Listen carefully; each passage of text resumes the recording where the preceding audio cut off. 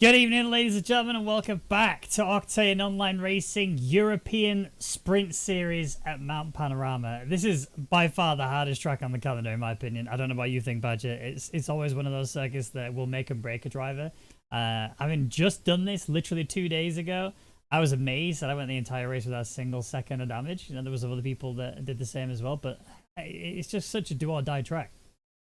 Absolutely, it's one of those tracks where, as you say, it is make or break, but the vast majority of the time is going to be break. Yeah, in every sense of the word as well. We're talking and making sure that you stamp hard on that brake, as well as making sure you don't smash your face against the wall, you know, that kind of brake. But it is a fantastic track, and we are already cracking on with it. So let's get into the in-game screen. We'll turn up the audio for you guys. Spun out on the main straight just as he was coming across to finish off a lap, so he's having to reset to the pits. But I have a prediction for you, straight out. Go on then. Let's have it. Let's have it. So I was watching the free practice sessions, right?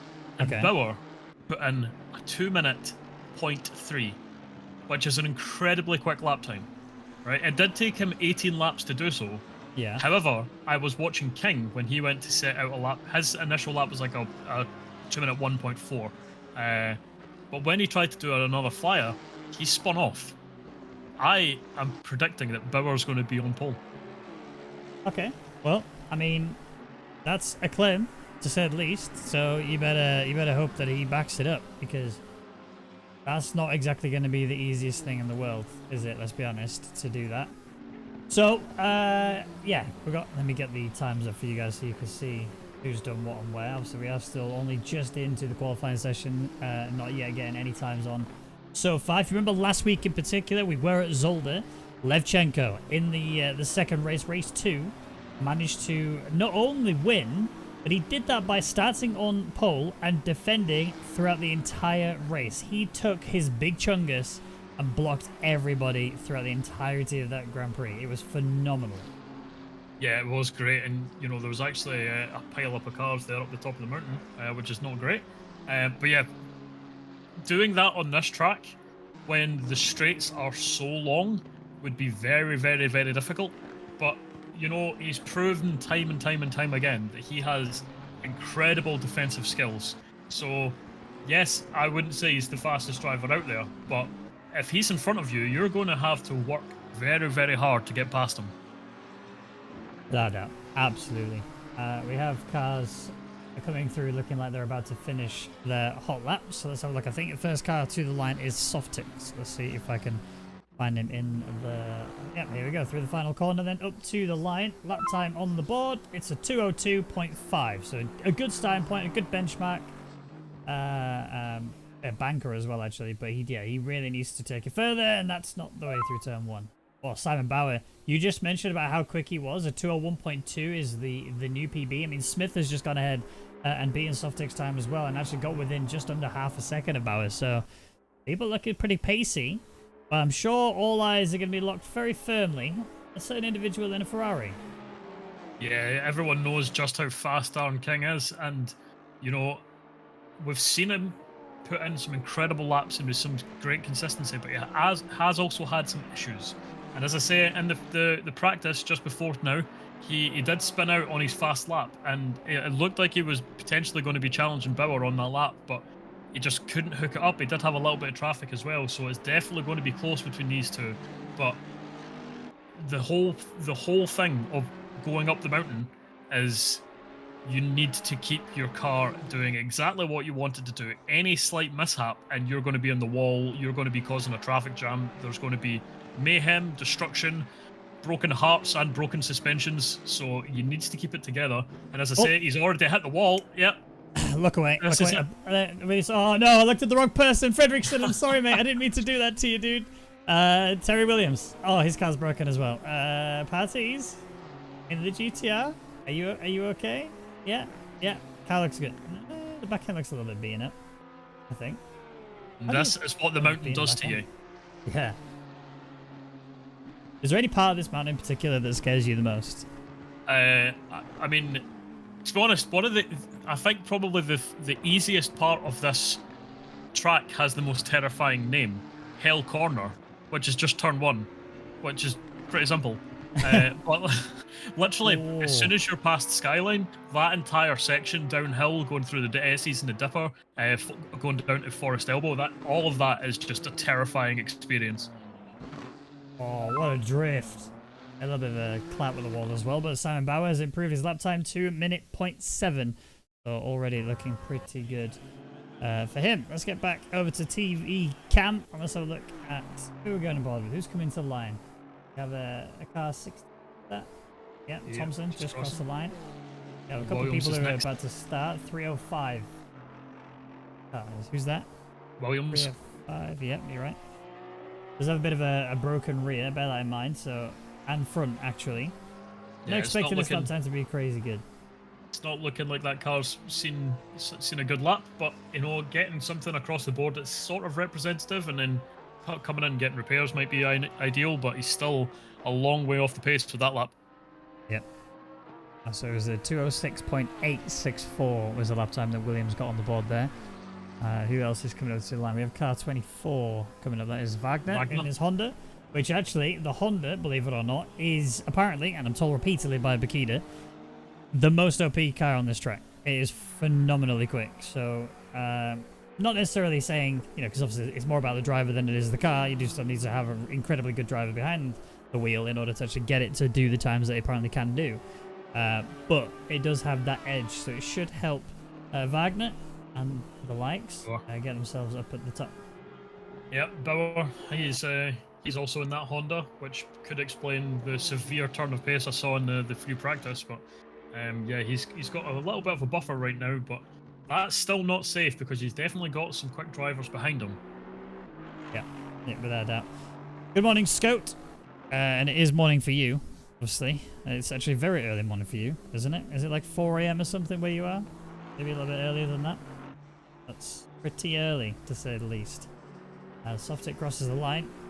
P5, 202.1. So times are improving. And Bauer goes fast. He's almost in the 59s. He's done a 2-minute 0.3. I mean, you were giving us a cheeky little prediction earlier with saying that he'd be on pole. He's really looking good right now.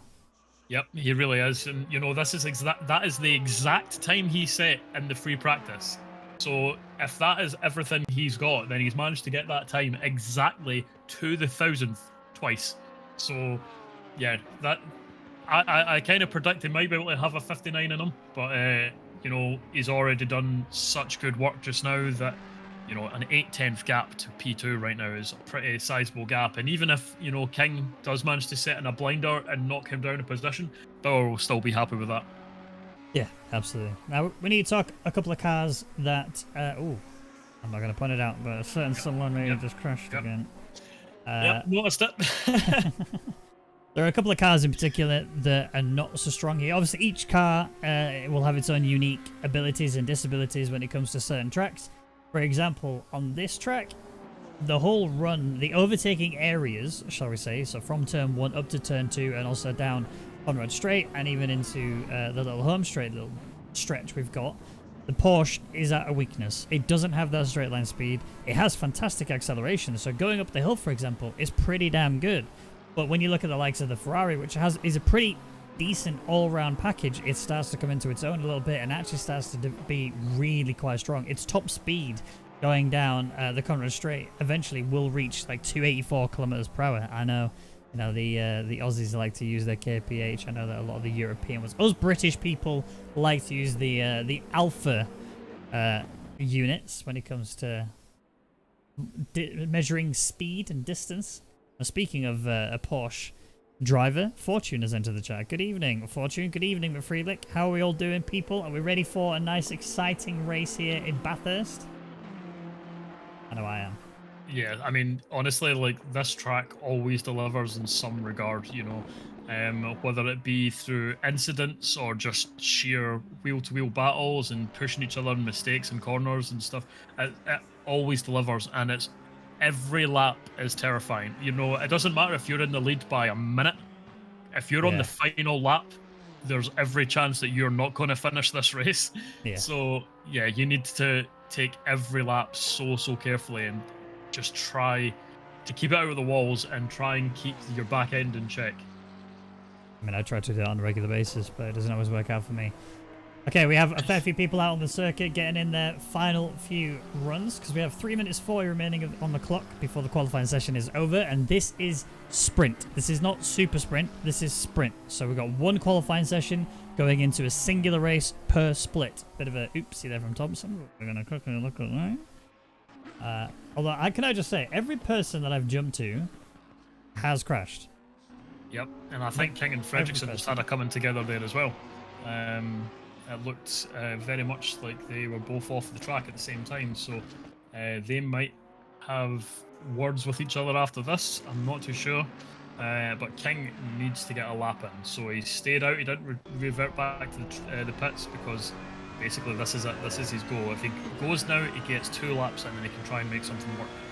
Well, let's have a little hot lap run through, shall we, with Darren King. We'll see how he does it. So staying over to the left here, this obviously is the run up towards turn 2. Turn 1 being the most important corner. You want to brake when the tarmac starts on the left, get down to gear 3 and carry the momentum. He actually goes to gear 2 here. That's probably shaving a couple of tenths off there. Coming up now into this really awkward left-hander. So you're going to lift a little bit and then brake hard here, down to gear 2, carry momentum, and then get on the throttle as early as you dare, but not at a point where it'll send you out wide, which you kind of did for him there and kind of screwed him up. Turn it when you get to the tree on the left. Just skim the inside curb and don't touch the wall on the left. And here is quite an important one. You want to very minimize the amount of lift you get on the throttle, but you also need to make sure you get the right level of turning. And again, same for this corner here. Don't touch the inside curb and don't touch the exit curb. Now it's a skyline. Brake when you see the tarmac get a little bit light, and then a couple of braking as a very quick succession. Watch the inside wall here. You want to get as close as you can on both of these just to make sure that you can keep the car rotating non-stop. And now into another I would say this is the second most important corner here because you need the exit to be absolutely crisp, and he almost squeezes the Porsche against the wall there, who just didn't need to be there. And Simon Bauer improving again with a 2-minute point 1 full second ahead of P2. I'm calling Honda hacks. But we are staying with Darren King as he goes down the Conrad straight because he's going to pull himself over to the left and then he's going to cut over to the right, watch out for the inside curve, and then brake about 125, get right down the gears, and then just carry momentum through this uphill left-hander, and then over to the right. And don't run out too wide, avoid the curve if you can. You can ride it a little bit, but don't do too much. And then just around about the 90 meters, you want to brake, get down to gear 2, and then carry the momentum through the corner, accelerate on the apex. Watch out for the exit there and cross the line. He should get a time on the board. He does get a time on the board. It is a 2-minute point 8, which is still 7.5 tenths off of current pole. That's just how quick Simon is. Yep, Simon's really nailing it right now. But, you know, as I say, Darren King didn't want to revert back to the pits a minute ago, so he now has the opportunity to get one more lap in, and he's going to be hoping beyond hope that Smith doesn't hold him up. There is no way this is happening, but Simon Bauer is 4 tenths up on his current already PB. So this will be a 59. If he makes this, it's a 59.7. He's 6 tenths. What? It's This just is dropped ridiculous. to 5 again. He's just dropped to 5 again, but and now we're dropping a 4. So he's not had the exit he needed through the elbow. He might drop a couple more coming through here. We'll see. I might go to 0.3.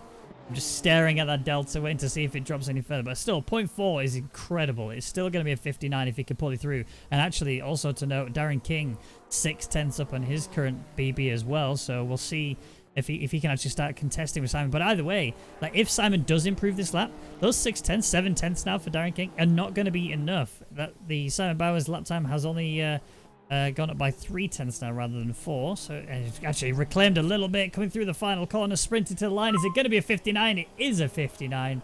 A 59.817. What a lad. Yep, I was calling it at the start, and I'm so glad I did. And but as you say, King, now he's just on the Conrad straight coming up towards Chase now. He's only got 6 tenths. Well, I say only, that's still a massive improvement, but it's not going to be enough as it stands. But he did manage to get past Smith. So what is he able to do? Is he able to actually find it in these last few corners? But his back end steps out a little bit, and that's going to really compromise him down towards Murray's corner. And I don't think that's cost him too much. I don't think he can do this. No, he's down to, well, he's back up to 6 tenths again. So, I mean, he's still going to be, oh, never mind. That's his lap done. And that's what happens on the mountain.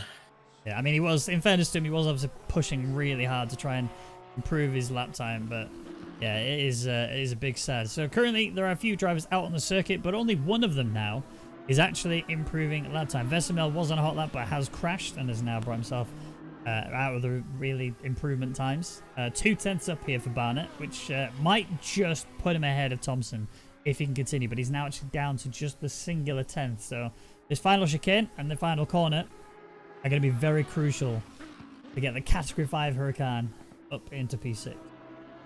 Yeah, and it seems that he made the same kind of mistake as King there, just through chase, just the back end stepping out a little bit, and that's just cost him a little bit more time as he heads down to Murray Corner. So, yeah, that's unfortunate for him, but he's lost most of that time he did gain, and he managed to gain a little bit back through the final corner, but sadly, not enough. Yep, unfortunately, that is his qualifying session done and dusted. P7 is where he sits, but still, you know, really good lap times from a lot of these drivers. They are, of course, now getting themselves ready for the race itself. Now, again, remember, this is a singular race. It's a 1 hour long race with one mandatory pit stop, so they are going to have to get that cleared off. But it's one of those sort of areas where it can be really beneficial to undercut here. I've seen it many times where if you keep yourself under control, you can actually get a nice run. I'm just checking out that I've been informed there's a 5-place grid penalty for car number 38, which is Aaron King for causing a collision with a car on a hot lap. Yeah, this is what I was saying. Yeah, I did. We saw that with Fredrickson. So yeah, that's King dropping even further out of the what we normally expect is his position, the pole position. Do you think he'll be able to get back for a podium? He's definitely got the pace, but unfortunately, from what I've seen, I don't think he's going to be able to keep the car out of damage. Well, I wouldn't go to that conclusion just purely because I think when you're into the qualifying mindset, you're committed. You are giving everything you possibly can to try and get a banging lap time in, right? You're trying to be a little bit more aggressive on the brakes, a bit more aggressive on the acceleration, trying to carry that momentum where you can. So, yeah, of course, there is that. As long as you've got that mentality right. But now it's been dealt with a penalty, it's, again, going to affect that mentality. And you can't afford for that to happen. You've got to keep it under control. If you don't keep it under control, you're going to end up finding yourself with some serious issues. So, safety car has gone through the WA car. I'll let you do it, actually. You do it way better. There it is. There it is. What I did want to point out as well, though, is on the grid form up there, did you see all those beautiful McLarens all just lined up in a row? Yeah, I mean, beautiful. Tell me it's not the best car in the world, I dare you. I mean, I love it, so I'm not gonna besmirch its name. Good, I appreciate that. Thank you. I am honestly, I'm not gonna lie to you, I am boiling. I have 2 fans sat literally about 8 inches away from me, directly blowing on as high as they possibly can, right at me, and I'm still baking. Oh, it's gonna be doozy. Here's the benefit to ACC over other games. He got dealt the 5-place grid penalty, and they were immediately able to fix it in the formation lap. It's not like it's anything extraordinary. It's just something so simple. Makes it so much better. So I'm really, really glad that we're able to commentate in ACC now. This is...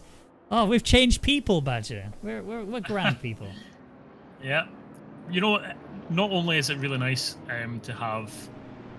being able to have penalties apply before the race and such, but it's also just really nice to have live stewards that are actually able to issue these penalties and have the game do it, you know, instead of just being like, right, we're going to take away that 10-second that the game gave you because that was complete nonsense, but we're going to give you another one because whatever. But they actually have the power to give and remove penalties as they see fit, and yeah, I think that alone is just it makes the whole viewing experience and the whole event just run so much smoother. Yeah, absolutely, completely agree. Hey, SimGirl Racer, good to see you. Hope you're well. Looking forward to watching this. It's going to be spicy. It is going to be incredible. I mean, the thing is, like, looking at the way the drivers currently lined up, there's no Porsches in the top 10 at all.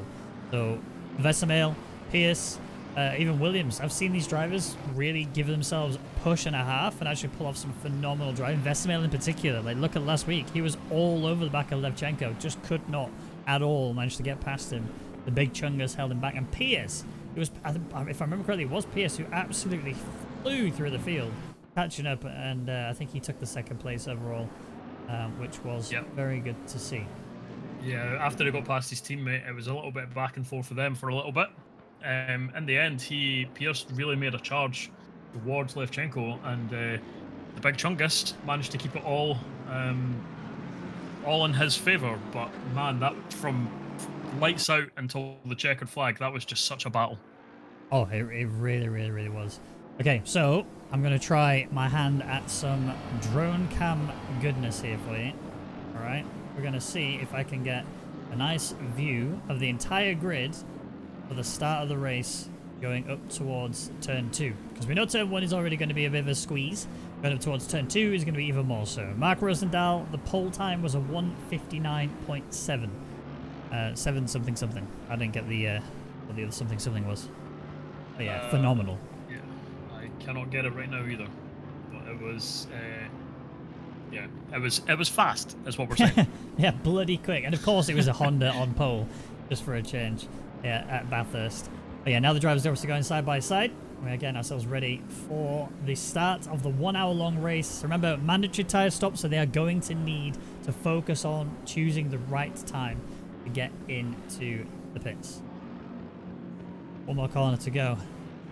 I am actually genuinely, you know, when you get like the buzz of excitement when your whole body's like, oh my god, I'm so excited, I can't wait to see this race start. And now we're gonna see as they come to the start line, lights will go green in just a second.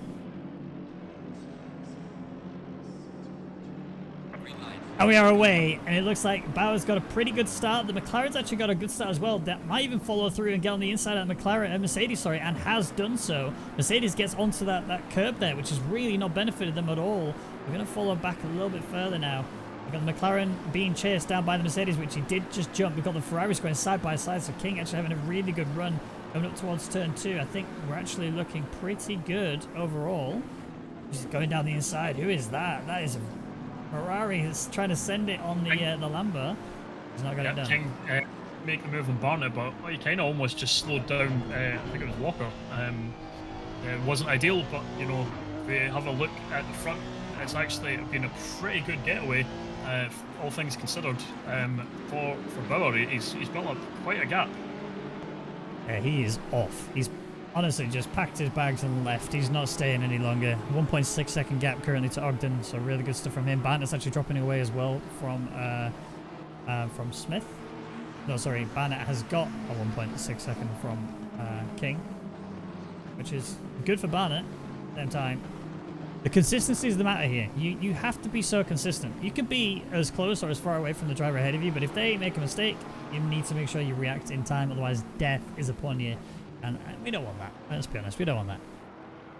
Yeah, you know, it's one of those tracks where it's expected, but you still don't like to see it. But that gap, Jesus, almost 2 seconds already for Bauer. What have you been eating for breakfast? That's unbelievable. That is incredible. Apparently it's 3.5, according to... Oh no, it's just dropping dramatically now, never mind. We'll give it a second, we'll let it go. When we cross the line, we'll work out what the gap is there. But I'm going to touch wood when I say this. Have a look further down the field and see how everybody else is doing. No incidents. First lap. None. No crashes. There might have been a little bit of a kiss or two. There was a little kiss. Williams was involved with someone else. I think it was Polak. But yeah, that was pretty much turn 1. So we'll see if the stewards say anything about that. Right now, we've not been informed, but there was just a little touch between those two, which is why Williams is a little bit off the pack. Can I just say, I also said, as we were going through the formation lap, there are no Porsches in the top 10. We've got one who's about to breach into it soon from Pierce. We've already got one that's already in the top 10, which is Vesmail in P9. So I'm actually very keen to stay on board with him coming up shortly to see whether or not he can actually close in onto the back of Thompson and maybe even gain that position from him. He's building a gap to Softic behind, who should have the pace on the straights, but doesn't quite have the acceleration that the Porsche has. So these uphill climbs are favoured towards the Porsche. It's just the straights, which obviously are quite important and are a really huge overtaking opportunity, which can really make the difference. Problem is that basically crash! Bonanov's crashed. Let's have a quick look exactly what happened. We're going up the hill, just pinged off the wall, lost the rear end, managed to avoid everyone else, keeping his foot pinned on that brake pedal. Very smart driving from him there to do that. and has actually managed to restart his race. So there's a crash, another crash. It's Barn that's spun out, and he's been collected by someone behind him as well. Oh, there's a big crash going on. I think I may have jinxed it. We'll have a quick look as to exactly what's going on. But yeah, coming into it, just a little bit of a mistake made, it looks like. Going onto the brakes. Oh, he's pinged that wall hard. And the Ferrari of Gareth Walker just avoiding it. The McLaren did not. A big contact between the two of them. Oh, Vesemel. That was Thompson, I believe, that had contact. And then there's another Porsche as well, which I believe is Pierce. Yep, he's in the pits. So Thompson in the pits. Pierce in the pits. Banner all in the pits. All with severe damage. No safety car has been called, but look what that's done to the grid. There are now 3 trains. You got the one for the race. Well, he's on his own little carriage running off somewhere in the distance, setting fastest lap after lap. The fact that he's doing 2-minute .9s on race fuel is mind-blowing. Yeah, it's disgusting. I think we should disqualify him. Yeah, I agree. Alright, well, see. Yeah. Oh, Wagner in the gravel and tyres. Yeah, or at least in the pits. Kolak having an issue as well, so I don't know if they had it coming together. Can't see it on my list. I can but try and have a look. And they already have damage prior to coming to the straight. I don't see what could have potentially caused anything here. Bit deep there from Kovac. Oh, yes, that's an oof. That's a hard oof. Just lost it coming through to the final chicane. King's in the pits already. Well, oh. I think he's going for an incredible undercut. Let's have a look. Is his car okay? Looks to be. Why can I not swipe anymore? Yeah. I think King has played this beautifully. He's waited until it's opened up, and now he's getting out of the traffic and just putting in fastest lap after fastest lap to try and jump everyone else in front of him. I think that is a great move and a great call. I'm with you. I think this is huge brain. Yes, his tires are going to be in a pretty bad way towards the end of the race, but he's not going to be getting held up at all, right? He's going to have nothing but free air. He's going to have the biggest telegraph in the world of anybody having any issues on the circuit. This is massive for him. This is really, really big. So we're not going to watch him for quite a while, no doubt, but I can guarantee you we'll be watching him again later on in this race. Levchenko on the back of Softic as well. One thing to know about the Big Chungus, or the Dive Bomb Datsun as the team name is, they are incredibly quick in a straight line. The only fortunate thing is he is chasing an Aston who also is incredibly quick in a straight line. So it is a huge yikes, but big shout out to Tim van Vesemel, up to P5 in this race. Yeah, he's having a great race just now. And we've said how great the car is, for these straights and going uphill. It's just got the oomph. But realistically, once you get kind of past, the quarry corner or so, there's pretty much nowhere to overtake unless there's mistakes made all the way down to elbow. So you've kind of got to just hold on and hope you can stay nice and close to the drivers in front, or that they make a mistake on their own and fall off the track and you can swoop on by them. But yeah, it's realistically, you've just got to really pick your moments on this track. Not every corner can be an attempt. Okay, well, it looks like Joe Wright has had some sort of... oh no, he's not. He's fighting, sorry, with Slavikowski. We'll see if the BMW driver can actually make any efforts. The other BMW driver of Tudor, currently in P8, making his way up the hill. Having a look here at Softic as well. He looks like he might be gaining onto the back of Vesemel, so as he comes through kind of the final few corners at the dipper, making his way down to the elbow, he might actually be trying to size up a move come Conrad Straight. Well, Terry Williams, 10-second penalty for causing a collision on lap 1. Sad times for him, but it is sometimes the way that and that's the thing about this race, though, is that even though he's got a penalty, keep going, because you have no idea if somebody else is going to end up binning themselves in a wall. We've seen already, just in the short time we've been running this race, we've seen a couple of people already have issues on their own and end up having to basically take themselves into the pits, repair, and go again. I don't suppose you happen to know off the top of your head what the pit loss time is through... Well, providing you don't get any damage, Stationary in the pits is 30 seconds. Traveling through the pits, I would hazard a guess at about 20 seconds. So you're probably looking at around about a minute-ish, depending on how good or bad it is. Because that's the thing. If you also have to, don't look at how I enter the pits this Tuesday just gone, because yeah, I completely overshot my pit box. And as long as you don't do that, yeah, you're looking at about a minute thereabouts. Okay. Using that logic, King might slot into P3. I think he will, and I think the thing is, the longer this goes on, the more that he keeps chucking in these lap times the way that he is doing. Let's have a look at what he's currently doing. His fastest lap so far is a 2:10. That's actually not that good. And his last lap was a 3:10. Yeah, because that was the lap that he'd done initially, and then he came into the pits, and now he's had his out lap. So this lap that he's on now will be the lap that will actually count towards. Yeah. And that's a 2:02.3. So, yeah, he's basically lapping at the same speed as Ogden in P2. See, Ike Guy, Ike Guy is saying King is still on for the win, just watch. See, I'm not entirely sure, I'll be honest with you, because in the qualifying, there was two major issues. One, his lap times weren't exactly insane. They were pretty damn good, don't get me wrong, right? But they weren't, he was still 7/10 away from Bauer. And two, if the qualifying is to be taken as an example, then yeah, there was a lot of inconsistencies there that he needs to iron out.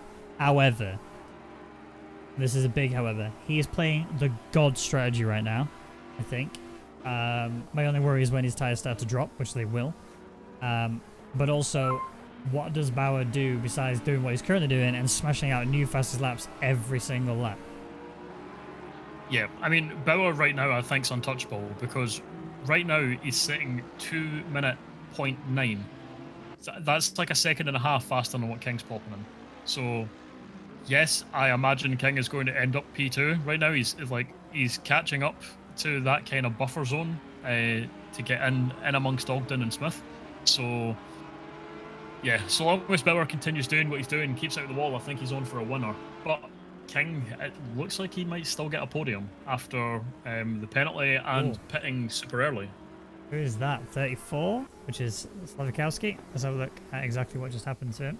Oh, I've just missed it, but it looks like he just lost it going through the final chicane on his own.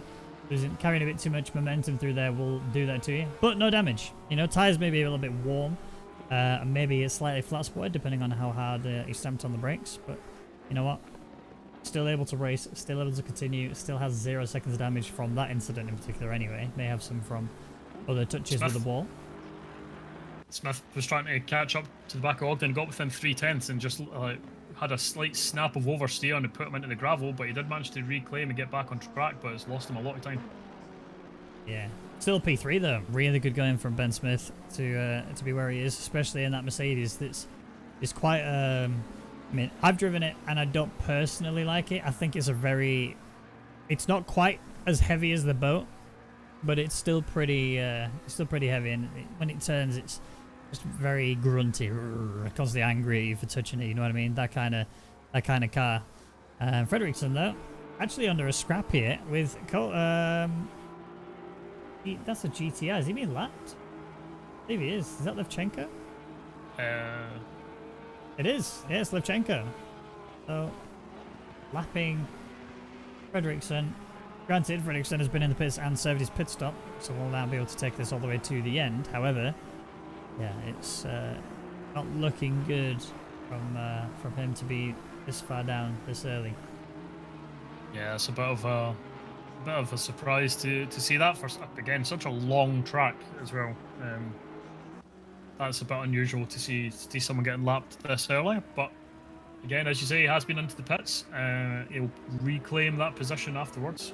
But just having a look, the kind of closest fight on the track right now is right on Boschart, but yeah. Rice just went a little bit wide and kind of lost all that momentum and all that time. But yeah, right now these drivers are mostly trying to just settle into the race, keep it out of the wall, and do consistent lap times and hope that other people around them start having issues.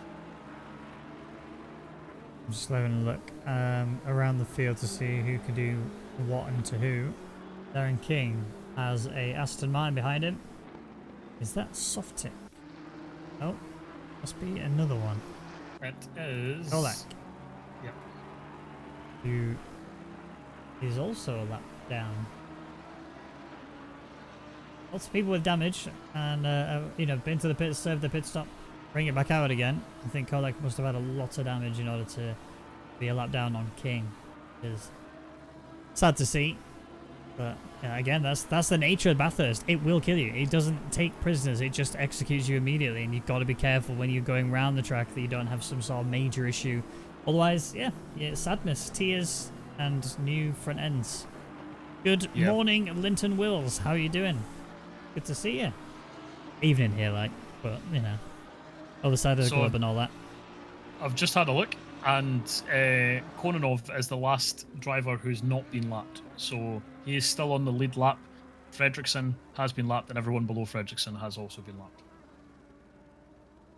Which includes Barnett, who hasn't even served his penalty. Not penalty, sorry, pit stop. And same for Wagner. You know, these two are both out there, haven't yet been able to change their tyres. Bit concerning. But yeah, then, I think Barnett did reset to pits before the pit window opened, because he had an incident on the second lap. So I think that was before the pit opened. But King's looking like he's attempting to now try and make a move here on Slowowski, but he's just kind of got blocked off, and I don't know if is he still got the run. This is kind of iffy defense there.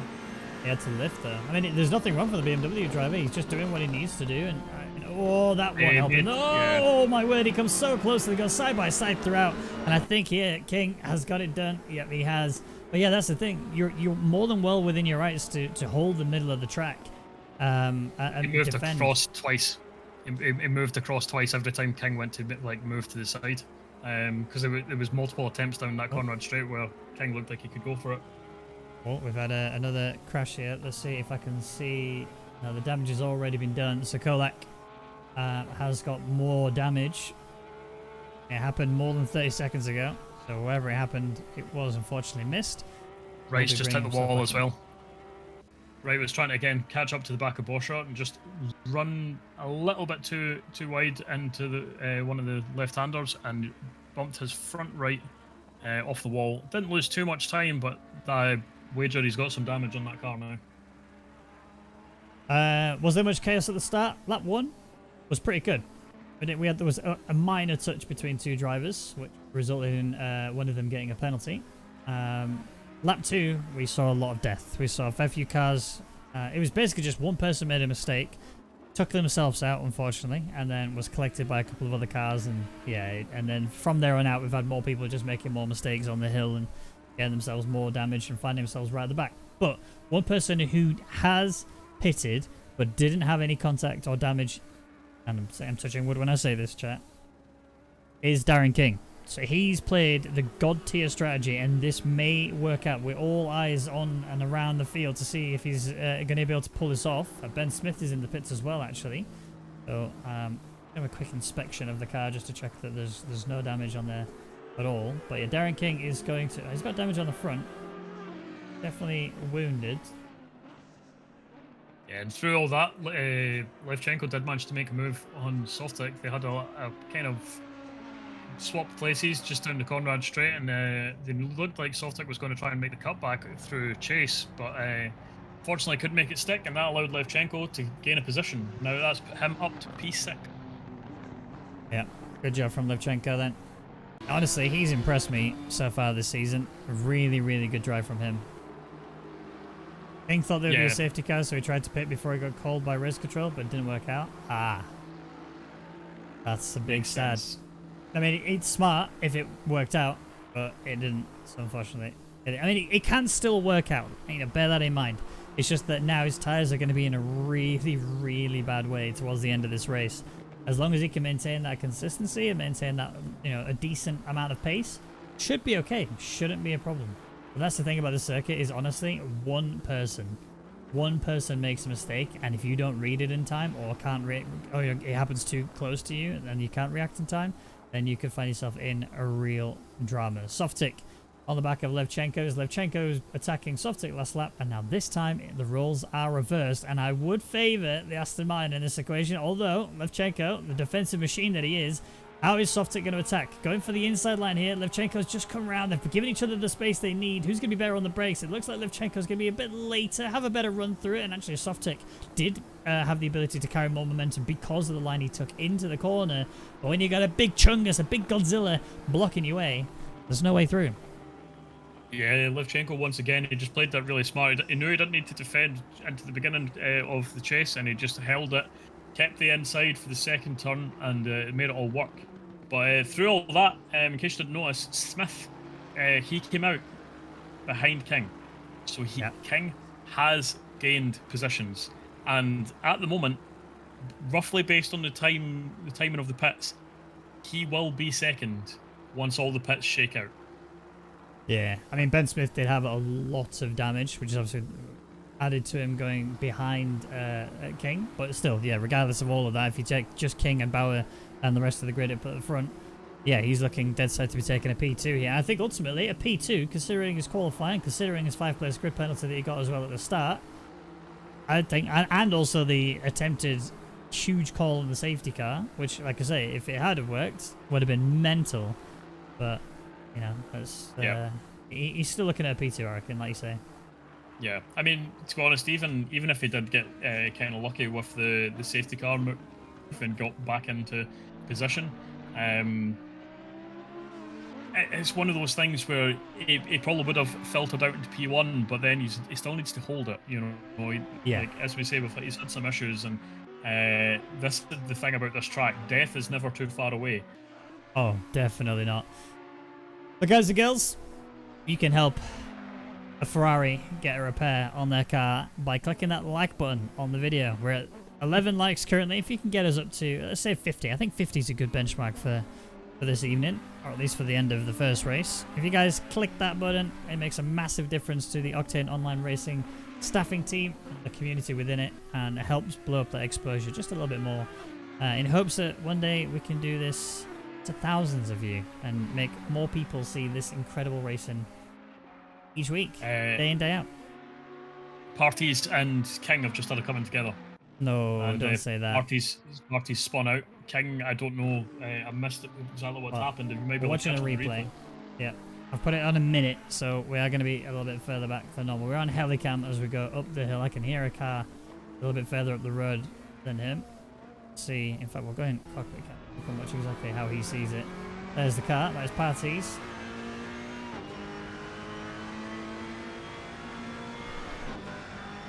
Parties looking okay through here.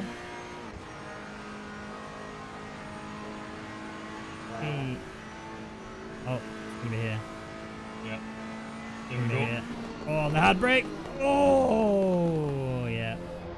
Yeah. That's unfortunate. That's an awkward one as well. I don't even know. I mean, I guess racing incident. But I mean, we'll let the stewards do the decision making on that. But yeah, I wouldn't even, if I was to call it, I have no idea how I'd call that one, because that is just such an awkward one. That is such an early break, and there was so much distance between them when the braking happened. But the overspeed that King had there, like, he slammed on his brakes, but it just wasn't. He was going too fast to like stop. I mean, we've seen him make the corner a bunch of times there. He's not really having any instance through there. So we know he can go in that fast, but Parties clearly can't do it at the speed King does it, and King was unaware of that. But yeah, that's a potential second slap in the wrist for King coming. We will see. We'll wait to hear from the stewards. Softic and Levchenko still battling, but the gap is a little bit more favoured towards Levchenko than Softic. I think Levchenko just seems to be able to just control that Nissan in a more defensive manner than Softic can do in an attacking manner, and that is benefiting him in the long run. I mean, again, we've nicknamed him the defensive god because he's just, nobody can get past. We need a better nickname than defensive god. I'm thinking more sort of Gandalf the White. Right. Okay. Well, to be fair, when Gandalf says that, he is Gandalf the Grey. If you're going to be a nerd, at least be a nerd right. No, but he does. I said Gandalf the White because A, he's driving a white car, and B, after that incident, he becomes Gandalf the White. So Oh, I think you got to take it, right? yeah. Give me it. As we have a look Give me at it. Smith here, he's now making the move stick here on Parties. Parties looks like he does have a little bit of a straight line speed issues now, but yeah, Smith's managing to get past, and he's continuing on his way. As you say, he seemed to lose a lot of time in the pits based on what Kings managed to gather. Yes, Scout. That's perfect. Wydchenko. We'll take that. That's actually perfect. Yes. That is a Lambo getting through as well there. 73, I believe. Which is Barnett, who is a lap down, even on Parties, but has now unlapped himself on him specifically. Should start to be able to slowly make his way through the field. I mean, it's a shame because I've seen him be very quick in the past. Just yeah, the way it can go down sometimes can be pretty tragic. Yeah. And it looks like Barnett is actually, Bauer is catching right up onto the back of Kononov, so it looks like he's also about to go lap down. But yeah, if we're going with Wydchenko, I will allow Wydchenko the white. Okay, yeah, I'll take that. Yep. Does it need to have a colour though? If it's, I mean, it's something there if it's Gandalf. Yeah, if you're going really. to be a nerd, we need to be consistent in our nerdism. Well, let's go with Wydchenko the grey, because at least that makes more sense. Okay. Thank you. Thanks. We need to tell him Wydchenko the grey. Yep, we will. We'll drop him a message after this race. Just let him know his new title. We've got a little battle forming as well here. If you have a look just towards sort of P3, P4 territory, I mean, the gap is still relatively big, and we're talking about 2 and a bit seconds. But Vesemel coming down is reeling in Gareth lap after lap. Last lap, Gareth did a 203.1, Vesemel did a 202.5, so that was a good 6/10 gain there. And again, like I say, continue in that manner. As soon as he gets into the 7/10 range, that's when the toe is enormous, and it will make quite a substantial difference. We also have here Slavikovsky, who's under attack from, well, I say under attack, it is an Aston Martin, that is Kolak, so who's already a lap down. So Slavikovsky has just gone through. To put Kolak another lap down, I think is that 2 laps down now? He's 1 lap down on Slavikovsky, but I think overall they are 2 or 3 laps down on leader. Oh no, don't have collision. Oh, good catch there. That was very close. That was a good catch. Yeah. Very good catch.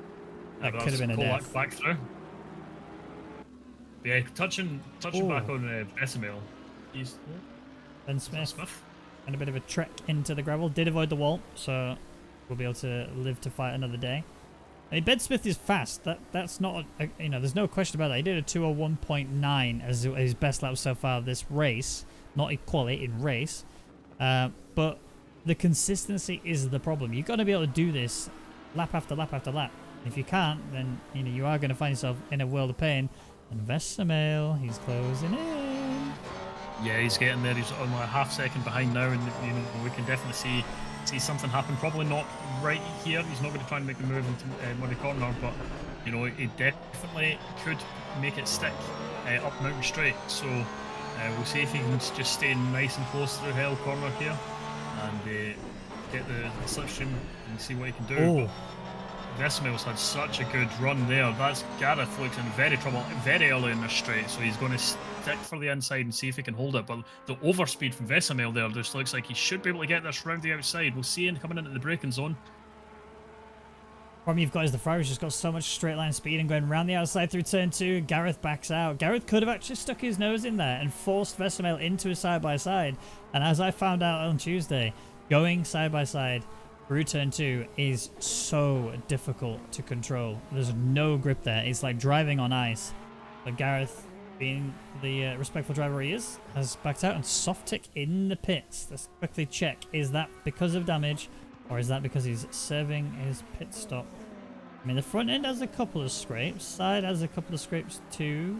Rear looks okay. A bit of a little scratcherino there, but we can gloss over that. I mean, this will buff out. It'll all buff out.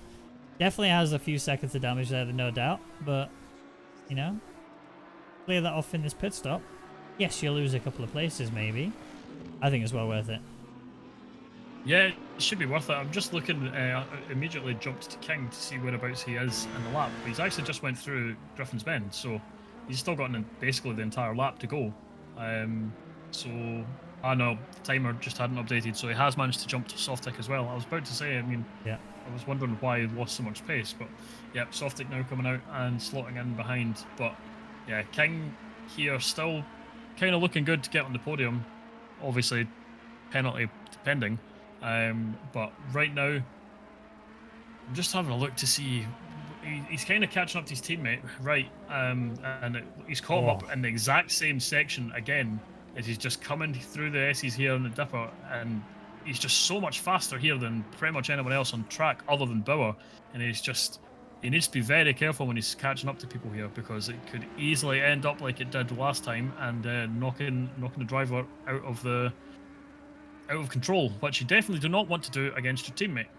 No, I mean, like you say, they are teammates. Very often or not, they're going to be in the voice chat together talking, communicating a touch maybe. I mean, he's already indicating here to say go through on the right hand side.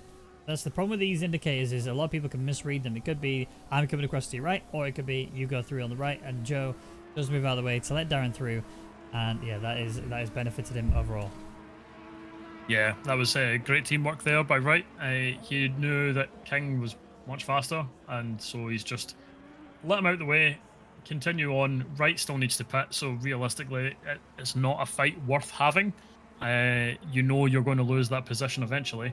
As we have a look, it looks like we have a driver that's just spun out, and that was Korninoff. He's now just reset to pit, so some damage then we expect on his car. But yeah, going back to King, there was no point in Wright fighting it.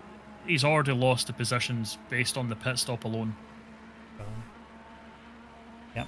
Okay.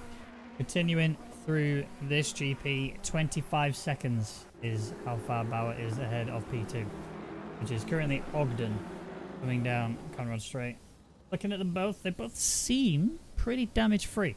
I don't want to jinx them. Again, I'm firm locking onto keeping the wood being touched, or at least in range of being touched, just to make sure that we don't jinx anybody into death. However, that's the way it is. Indicators should always mean the way you are moving, like IRL. I don't know why there's always confusion. Well, this is the thing. I'm in the same mindset, which is I'm indicating to say which way I'm going. Oh, car 20 is that. Oh, Vesmail in the pits. So let's see now, after these pit stops have happened, who is coming through? Is it Wagner I saw? He's involved in something. Let's have a look at the, if I go back 30 seconds. Yeah, it was him. It was him who's having issues. 24. Looks to have lost it on his Todd. Had a nice clean rejoin, but definitely has a bit of damage. Yeah. And Walker's also came into the pits here, so Gareth serving his pit stop at the exact same time. And who else? We've got someone else coming into the pits as well. A few people, yeah. Lots of people using the pits right now. So this is where we'll see things shake out. You know, as I say, there's about a minute and 1 second-ish between King and Ogden. So that's the gap, really. I mean, Bauer's disappeared, you know. But King is really aiming for Ogden. He wants to get within that pit stop window. And he's almost there or thereabouts. So we'll see where that shakes out. No one is coming out of the pit lane to meet him. So he is going to be living life all in his Todd. Just carrying on as he was before. Isn't having to worry about anything here. And where does that put him now then, overall? Yeah, it's basically guaranteed P3, potentially a P2, depending on how the pace between Ogden and himself goes. But they're kind of matching each other now, so yeah, it's slightly favoured in King's direction. We'll see what Ogden's managing to do. I mean, if he comes into the pits early, I mean, he's not going to get the undercut on Bauer. So he could come into the pits now and hope that he's still got enough of a buffer to be in front of King. But the problem then doing that is that you're going to be fighting and defending for the rest of this race. Oh. And he's coming in this lap. So this is what he's doing. He's hoping that he's still got the gap and he can make it work. But if he comes out behind King, he's got a lot of work on his hands to try and get that position back. Yes, I yes and no. There's one thing we've got to keep an eye on, though, is the tyre situation for Darren King. He boxed so early. His tyres are going to drop very quickly.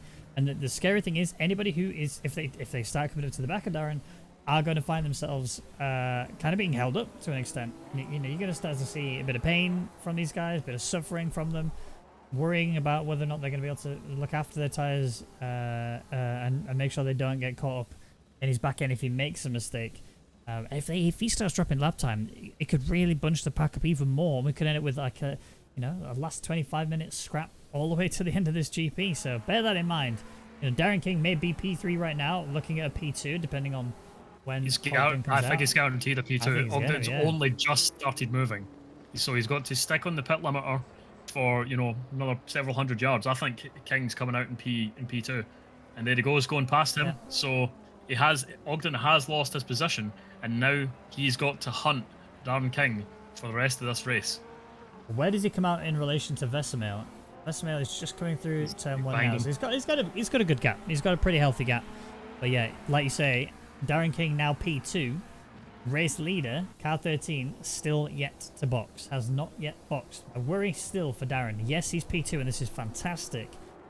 He's going to be getting closed in pretty quickly because of the tyre situation he's currently in. Bauer is in. Oh, and he cuts that pit lane. I think that was about as perfect as you could possibly do it without losing control of your car. Yep, and he had a minute 20-ish as a gap. So he should come out well clear of so long as he doesn't mess up the pit stop, he should come out well clear of King and Ogden. He's built up that gap in the first stint, so all he just needs to do now is make sure that he stops directly on his marks, and it looks good.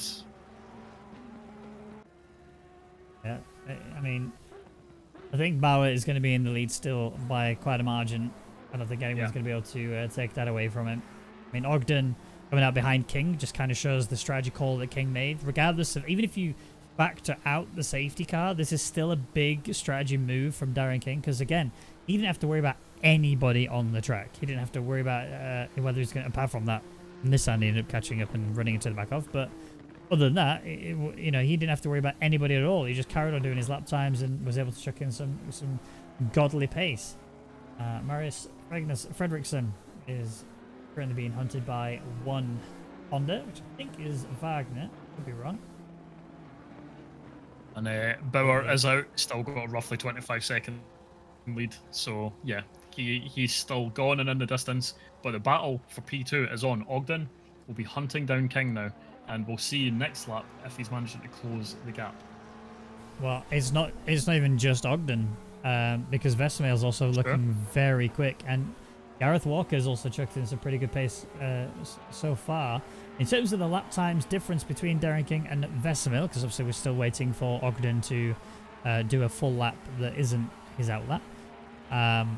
The lap times are around about 4/10 difference, so, and it's favouring Darren King. So he did 202.3, obviously 202.7 for Vesemir. But again, we've still got 25 minutes to go in this race.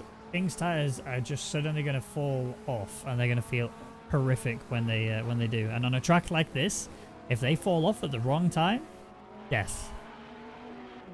I've just noticed Wright still hasn't pitted.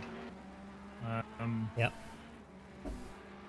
I thought he had came in, so he is going to drop down the order quite substantially when he does come in, which is a shame. Right now he's sitting kind of pretty in P6, but he's probably going to drop down to roughly around P11.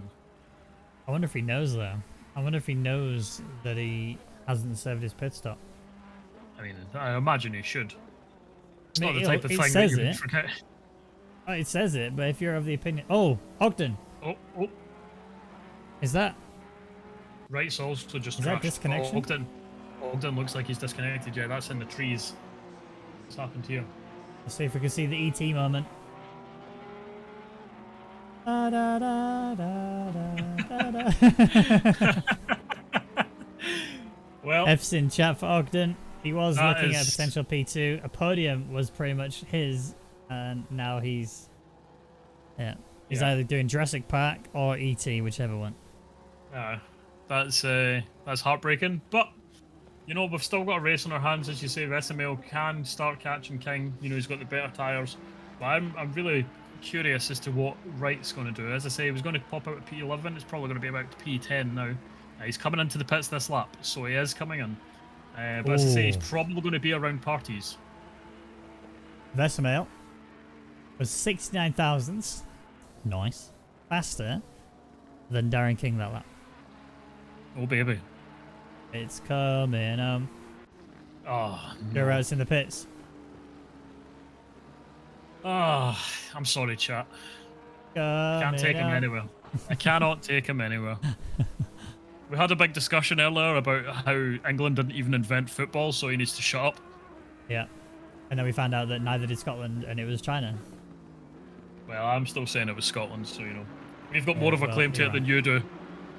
If you click the like button, rumor is that Raggy does a shoey. Yes. The idea of doing a shoey is disgusting. I don't know why anyone would want to do that. I will make it so. I will make it so. Raggy will do a shoey if you click the like button. If we get up to 100 likes, Raggy does a shoey. Scout, I've got a request for you, actually. You know the broadcast controller? Can you do a dark mode? Raggy's little precious eyes can't handle white. True. We're just having a look. Vesemale, he's about 9 seconds back, so he is going to need to start catching kind of considerably to actually make the inroads into King. But Bauer, you know, let's just take your hat off to Bauer. If you don't own a hat, go out and buy a hat so that you can take it off to Bauer. What an outstanding run this man has had. Qualifying went absolutely perfectly, and he's still setting qualifying pace in the race. Like, that is mad. He's literally, his last lap was faster than P3's qualifying time, which is just, damn. I don't know where he's getting this pace from. It's pretty mental, isn't it? Alright, never mind, Scout. I'll ping Mullick and see if he knows who does. We seeing a little scrappy. Is this Slavikovsky going through? If he's maybe it was a different one. That was Tudor passing Fredrickson. I can ask Brad there. Oh, thank you, mate. Appreciate it. Yeah, it's not be all and end all. I mean, I can cope with it. It's just I get flashbanged every time I like tab out of the app and then tab back into it. My eyes like He's a little princess. The downside, see, the thing is, right, it sounds like I'm flexing with all these huge monitors, but honestly, you don't know the pain. Every time I tab into anything, I get flashbanged. It's ridiculous. Oh, it's so painful having all this joyous technology at my fingers. Well, instead of rinsing you some more, I thought we'll take a look and we can have a look at Levchenko. He's about 2.5 seconds off the back of Smith, and he is slightly catching up by about a half second a lap. So that's something to keep an eye on. He might, by the end of this race, be able to catch up and maybe overtake Smith. So that is something that we could be developing as we go on. Simon Bauer. Does this man stop at any point? Is there any point where he just goes, this is probably that enough. last lap in race was faster than anyone else apart from him set in qualifying. it's crazy. He's not human. Well, the Nissan there of parties thought was about to execute the Porsche, but no, all is well. We have Kolak in the pits once again. I think this is the third pit. Kolak. Quite a lot of pit stops, yeah. But yeah, Levchenko can actually see his prey now. They were just running down the Conrad straight together, and just both of them have went through chase. Again, still a little bit of a gap there, but Levchenko can see his target. He knows what he's got to do, and he knows that he only has 17 minutes to do it. So yeah, we'll see him try and put the foot down and see what he can do. And you know, I wouldn't be surprised if he does manage to get past, if Smith cannot retaliate, because the big Chungus, you know, Wydchenko, it's just unbelievable. And we've got an instant car 13. Bauer's just spun off. Let's go watch. I want to go watch it. 30 seconds back. Let's have a look.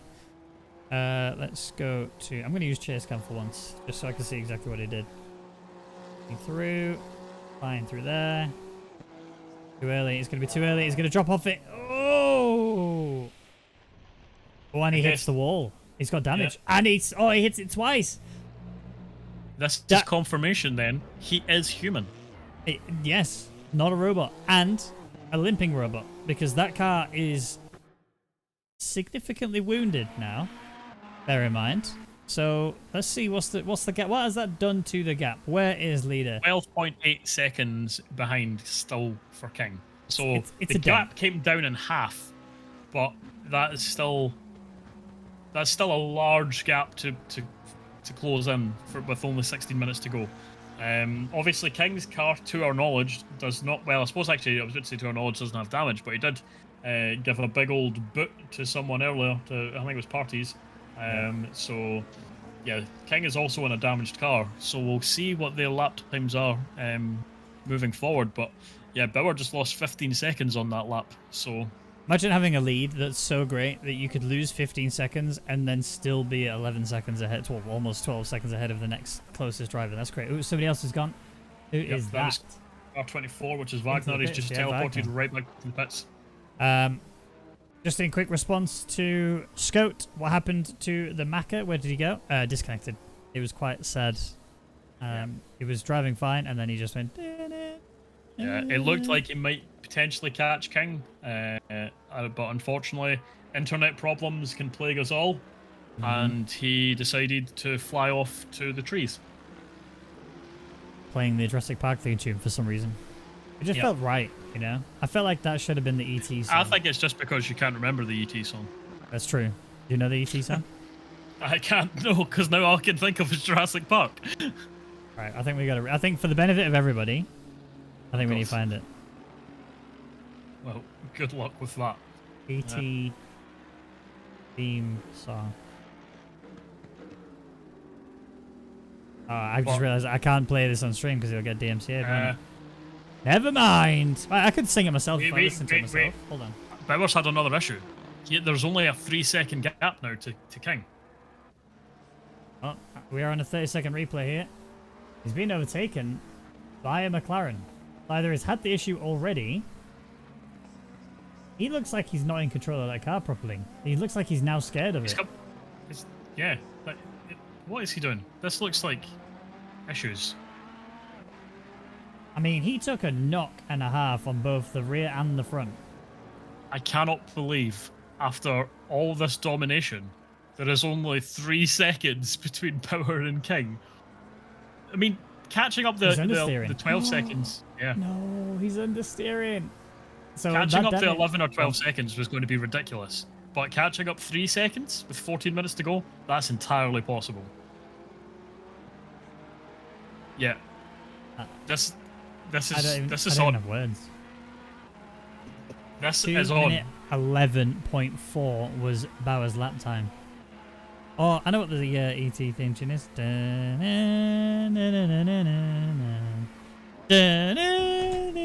Oh yeah. That's it, enough of that. But anyway, yeah, Bauer, obviously having damage to the front end of his car has now caused to have a lot of understeer. And on a track like this, you can't afford to have this understeer. It's going to be so hard to manage. He's going to have to lift in areas that he didn't want to lift in before. And, you know, to do such a horrific lap time in comparison to the ones he's been chucking in. We've literally been saying, there's no way, like, is he human? Is he going to screw this up? Blah, blah, blah, blah, blah. 2-minute 0.4 lap times were phenomenal. To now be doing 2-minute 11s because of damage just demonstrates consistency is so much more important, especially at Bathurst, than pace. So now, Darren King, let's go on the cockpit cam with the man himself as he's chasing what is now for a race win. Yeah, and this is exactly what happened with Senna at Monaco. You know, he lapped the entire field and still decided to set fastest lap after fastest lap and then crashed. So we know that he's got the pace. He already had the buffer. He did not need to be taking the risks that he was taking. And now King is hunting him down. You can see his prey is a second behind. This is going to be a battle now, and it's one that Bauer should have completely avoided. Yeah. I think instead of the ET theme, we need to play the Duel of the Fates now. Yeah. Da da da da da. This is going to be absolutely fantastic. I mean, the thing is, I don't think Bauer's got a response now. I think his car is just too shot. He's terrified to do lap times. Last lap, 2:04.7 from Bauer, 2:02.1 from King. And now he's got the Or drag he's run up teasing here. us. He could be. He's not, but he could be. I want to believe he's teasing us. I want to believe he's now about to start putting out like a 159. Just be like, haha, got you.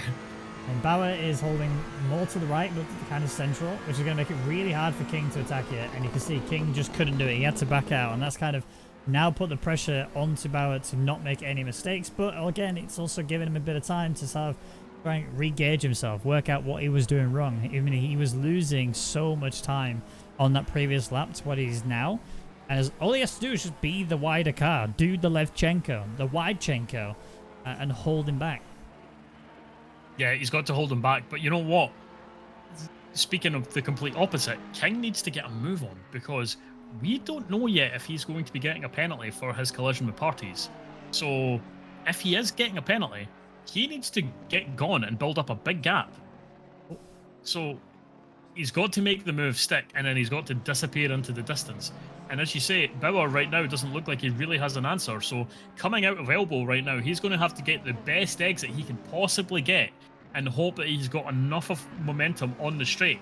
But this is a win that looks like Bauer is completely thrown away. Looking at it, there was no call to the stewards for the incident regarding parties. Right, There you go. He's right, going for okay, that. so yeah, he's gone for it. King's made the move stick.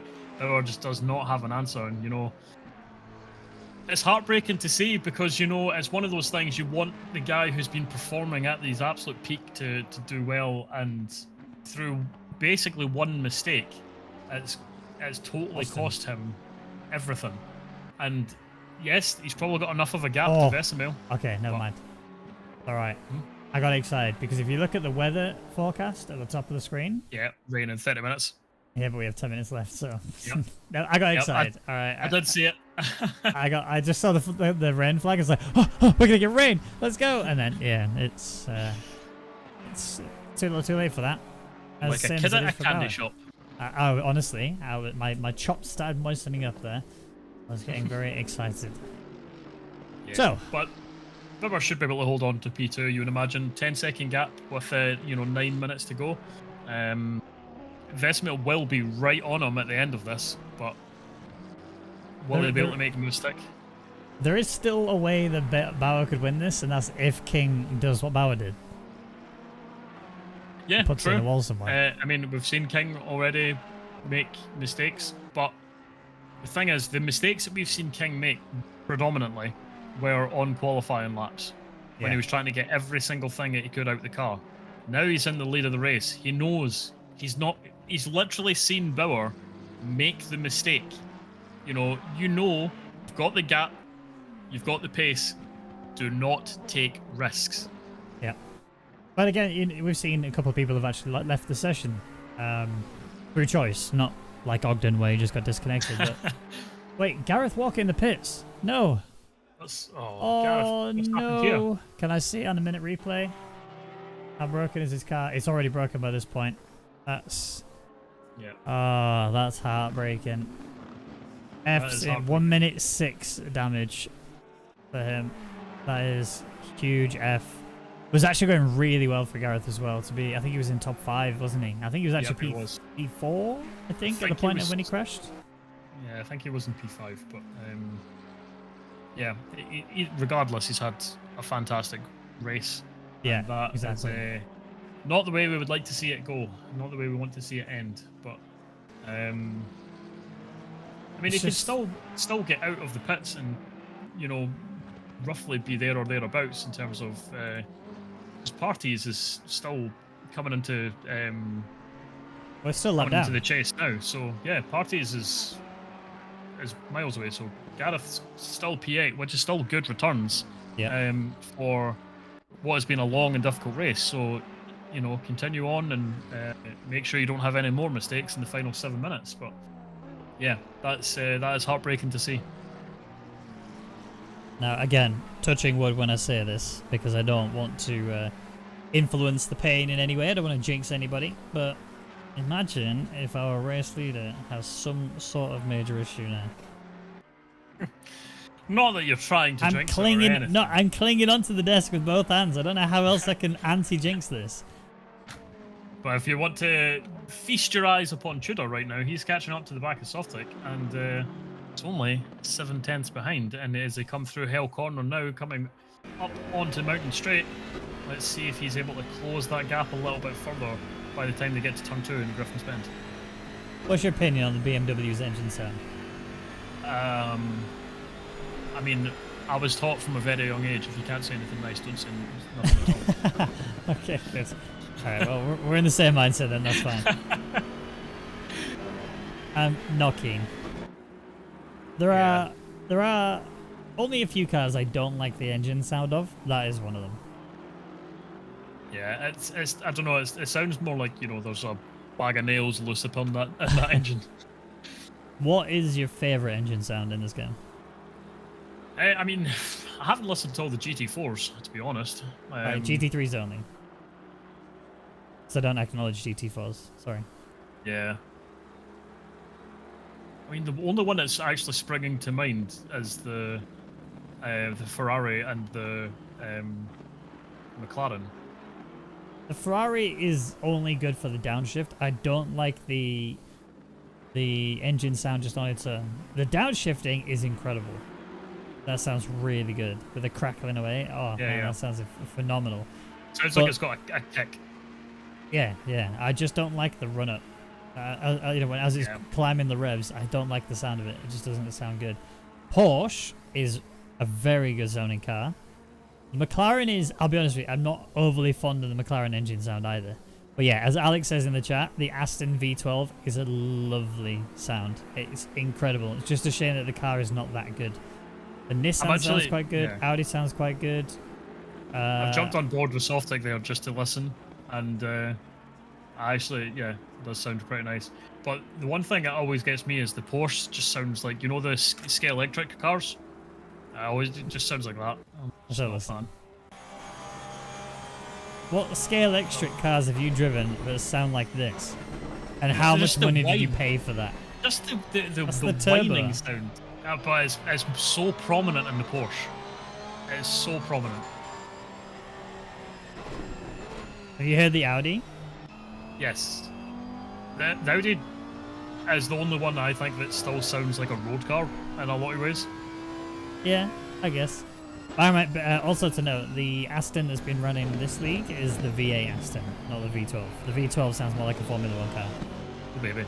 It's amazing. It's genuinely amazing. If you ever get a chance to listen to it, go listen to it. Have you heard the Lambo engine? Let's listen now. That one sounds like the Porsche. Yeah. Honestly, like, I've never understood, like, the turbo sound that people get. Like, a lot of people, when they're, like, tuning up their cars, they make it so you can always hear the turbo, and I hate that sound. I hate the whine so much. It's like, fine, get the performance out of it if you want, but just make it shut up, please. Oh, just back to the race. The walls. I didn't see that bit. Oh, but I did see the Softic made a mistake, and Tudor's now alongside of him going for the drag race down the straight. He's got into the toe of him, but he could not be any closer if he tried. He's now going to have to think about a way to go. Softic is going to take the left-hand side, which is going to be the outside for the left-hander, but the inside for... outside for the right-hander, but the inside for the left. And that is going to be the most important bit. If he can stay alongside of him, which he can't currently, it's going to come down to the braking zone, but he's going to brake later. Down the inside he goes. There's contact. That is the BMW off into the grass. I think BMW driver rightly frustrated. Flashing lights is frowned upon, especially in a fit of frustration. We'll give him the benefit of the doubt and say that he hit it by accident as he tried to re-control his car. Yeah, we will. Stewards might not.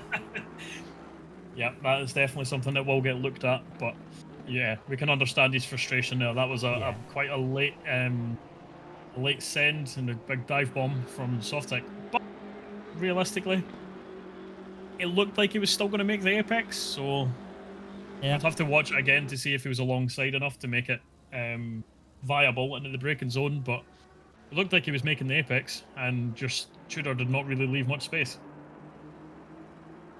So, in terms of this race, you have the top 7 all on lead lap. And then you have Gareth, Patties, and Joe Wright on one lap down. Fredrickson has just joined them on that lap as well. And then you got Slavikovsky, Pierce, and Barnett all on lap 2 laps down. And then you have Kononov 3 laps down. 5 laps down actually. 4 laps down. And Parties Wagner just spun out. 7 down. Who? Parties just spun out there as he was going through the S's. Oh, and the Porsche. I didn't see who that Porsche was. I think that was Vesemir, but what a dodge from him. To just read that, keep control of the car, and keep it going. Was it Pierce? Yeah, yes. Good dodge from Pierce. Leader on final lap, Darren King. Oh, he's had a little bit of kiss of the wall there. That's not going to help him. Remember, he's driven on these tyres for about 45 minutes. His pace hasn't even really dropped that much. Last lap, 2:01.9. So he's only half a second off of what was his personal best in this session. So a really good drive from him. About 26 laps he's been on those tyres, which is madness. Yeah. You know, but he's kept it together, and as you say, still putting in the pace. And also, he still has damage, so the tyres are probably held up pretty fine, and it's just the damage that's caused him his issues. But yeah, he's catching up to some back markers there. I hope that he's not going to have any problems getting through them, but to be honest, he's got such a gap right now, he could probably afford to slow down. Bauer, not really able to do anything with the level of damage on his car, and Vesemir, to be honest, hasn't really been able to challenge onto the back of Bauer either. So yeah, it looks like this is going to be our 1-2-3 unless something drastic happens in the final few turns. Well, the BMW driver who is being blue flagged isn't... I get the impression King has lifted. I mean, he's also... The BMW driver's not moved out of the way. King has definitely lifted. But yeah, I mean, there's only so much that the driver ahead can do. But King, who we all thought was mental for doing the pit when he did, and he actually wasn't even intended to do it when he was, because he thought the safety car was coming. He will cross the line and take the victory. He was handed a very difficult set of cards, but he played it so well, and as a result, that brings him into race win. Now, granted, obviously it did come a fault from Bauer, who finishes P2. That was, you know, he had everything in his hand. It was all him. He played that perfectly fine until he made that one mistake that cost him the race win. And it's sad to see, but that is sometimes the way that racing can be. The King taking the win, Bauer P2, Vesemir P3, Ben Smith P4, Levchenko, if he can make sure he doesn't hit a wall, will come across the line for a nice, juicy P5. All penalty. Well, there was only one. Sorry again, sorry? That was a great drive from Levchenko to get up to P5, so well done for him. Vesemir, though, you know, I think he started P12, P11. Gareth in the pits? Again? No, he's finished. He's crossed the line. He was a lap down, remember? Oh, yes. Yes, okay. I can live with that then. That's not a problem. But yeah, Ben Smith taking that P4, Levchenko P5, Softic P6, Tudor P7, Gareth Walker P8, Parties taking 9th, Joe Wright taking 10th place when he crosses the line. One more corner to go. And then in 11th place is Fredrickson in the Audi, who had a bit of a brutal crunch together, but turned out quite nicely. I think, Fredrickson, I think they've swapped places right in the final lap. Who, Pierce? Slowskowski and Fredrickson. Unless they're a lap down. No. It's still the same, right? It's 1.6 second gap, currently. Slowskowski taking P11, Fredrickson. Oh, is he going to make it through? Yeah, fine. All right, that's race 1. Let's go to race 2, shall we? Yes, let's. That was a fantastic way to start our evening. But now we've got race 2 for Split Red coming up. Crash cost me exactly a full lap, P4 to P8. Sad. You were doing so well up until that point, Gareth. Yeah, exactly. It's one of those sort of races, you know, and it can be all taken away from you in the drop of a hat, and you just, if you make that little boo-boo, then you can say, rest in peace. Right, here we go. We are in. I'm going to have to reload the broadcast controller, because it's still showing the drivers from last race. By the way, guys and girls, we're at 24 likes, so thank you everybody who has clicked the like button. If you haven't yet and you are enjoying the stream, please click the like button. It makes a massive difference to us, guys, and it's free of charge. So if you could, that'd be bloody appreciated. Remember, if we get to 100, Raggy's doing a shoey. No, I am not. I mean, yes, I am, because we won't reach 100. We're going to do it. We're getting you a shoey. I'm telling you, we're not making it to 100. Hear that? That's fear, guys. That's not fear. I know you won't do it. Chat, you won't do it. You won't do it. I know you won't. Invite your friends, invite your family, make it happen. Make me suffer. Yeah, we're having a I'll do a shoey if you do it. If you get it to 100, I'll do a shoey. You won't get it to 100, but if you do, I'll do a shoey. Right, there we go. Challenge has been set. Get it done. All right. So Bauer, your prediction for Bauer was almost perfect. You near enough nailed it. Can somebody post an announcement in Discord? What, about getting it to 100 likes? I don't think Mullick would want me to do that. He'd probably kill me if I did that. I think someone should post everywhere you know how. Facebook, Twitter, Instagram. Get the word out. Raggy's doing a shoey tonight. Oh, I am not. Well, yes, if you can get it to 100 likes. But in fact, let's have a look. Has it just gone up at all? 33. Okay, so you've got a long way to go before I get to a point of doing any sort of shoey. You got to get 67 more people to click that button. I mean, hear the confidence in his voice. Make him feel that fear. Come on, guys, make it happen. What you mean is lack of confidence? Because it's just not happening. It just isn't. Hello, Lenny D. Hello, Frank Lucid. Hello, Matt. Hello, Robbins. Hello, Moritz. Hello, Nigerino? Is that how you pronounce it? I think so. Hello, CJ. How are we all doing, people? It's good to see you all. Let's pick a driver we can go on board with. Or let's go with Matthew Dello. Because he messaged me earlier today. He said, hey, Raggy. My internet's gone in my house. I'm able to drive on 4G. Hog. Says, I'm going on holiday. It's a Lake District. I was like, oh, thanks for rubbing it in my face. But, yeah. You going to get Paul in? I didn't ask him that, but he's promised me. Well, if he does that, he's not. Christopher Fultzer. Last week, podium. And we were mind blown that he did it. It was such a good drive from him as well. He's got a lot to replicate if he wants to try and do it again here today. He did speak to me literally a day or so ago. I saw in the Discord he was not feeling very confident. I mean, didn't I say this last week?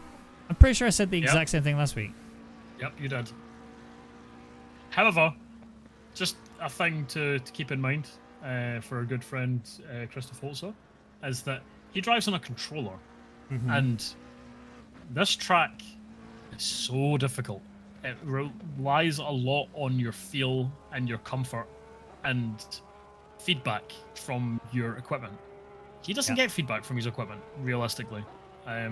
So it's going to be a lot of practice on his end to keep him out of the wall and keep him going. And my fingers are crossed. I'm hoping he can do it. And he's still setting pretty good times, you know. 205 on a controller is mind-blogging. It was 8/10 up there as well, so it could have been a 204. Which is just... Who's that? Who's that? Lagalanti. I wish YouTube had a clipping system. We could do a replay. Do you want to see a quick replay? There it is. Spin me right round like a record, baby. I honestly, I know that it looks like I'm mocking him. I have done that so many times in the Audi. It's pain and suffering is what it is. All right. I need a bold prediction from you then. Who's getting pole? Oh, you know what? Saturday was looking quite quick, but I think Vining. I'm gonna throw my hat in the ring and say Vining. I remember who absolutely nailed it in quali last week. I mean, Matt Dello is very quick in hot lap pace. It's his consistency that we talk about week after week. You know what? I'm going with Spence Robb. He really impressed me last week. Really impressed me. Spence Robb, I think, did set it on pole last week and then had his incidents and fell down the order. And then managed to work his way back up to like a P2, was it a P3? P2, yeah. Yeah. So definitely a quick driver, and you need to have speed and confidence around this track.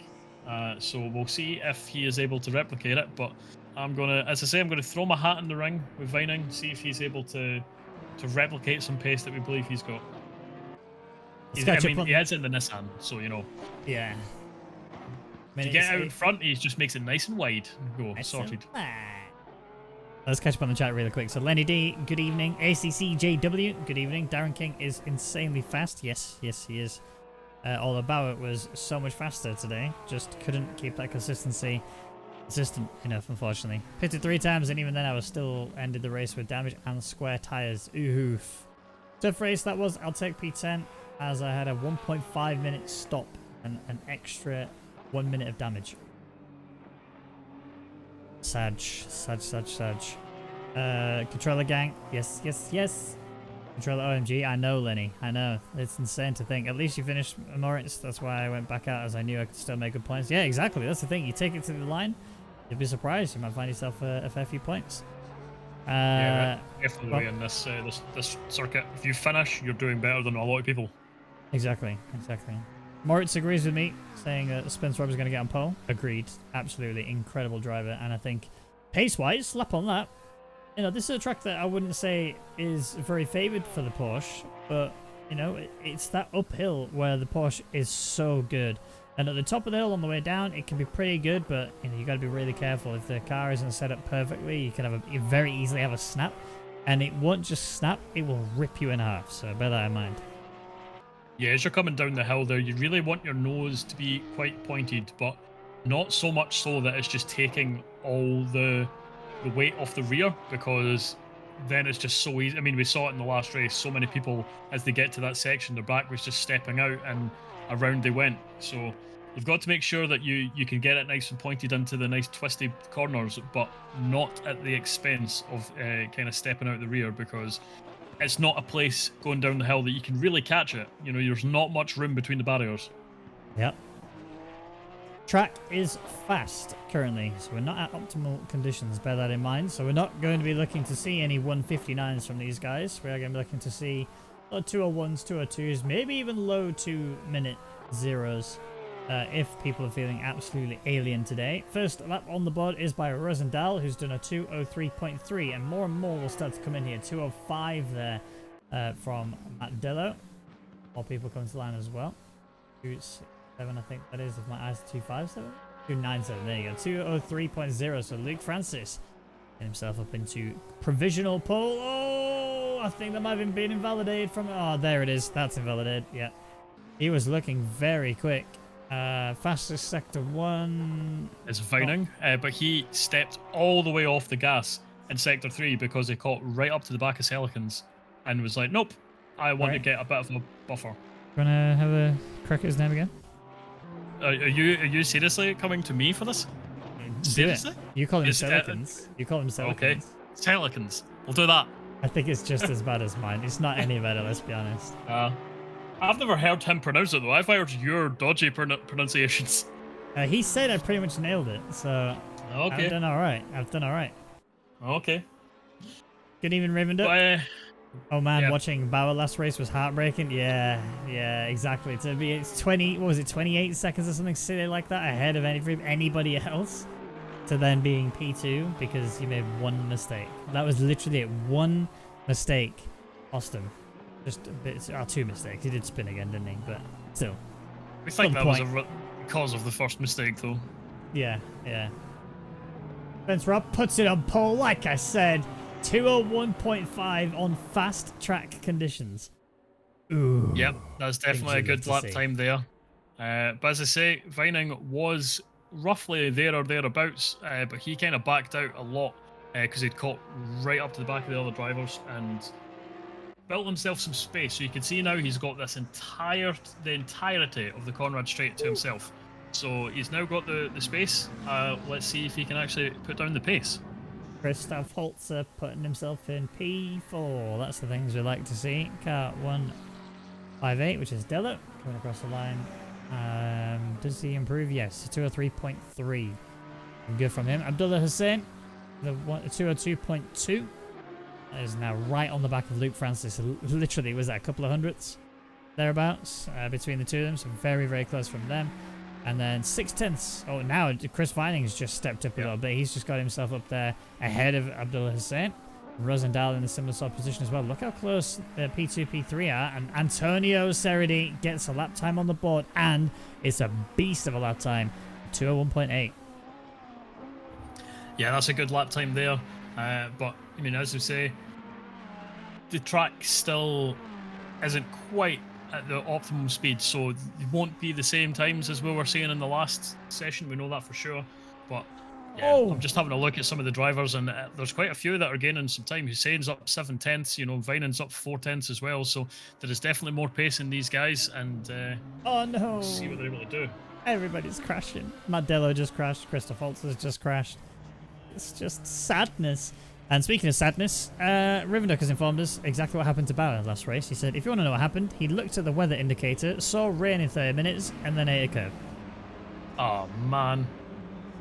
See, he done what you done. He got too excited about the weather. I mean, we're British. We can make that mistake. I wonder if he was listening to the stream, heard me go, ooh, rain, and then went, hand dead. That would be sad. That would be yeah, very, very sad. I would feel guilty if that happened. For a little bit.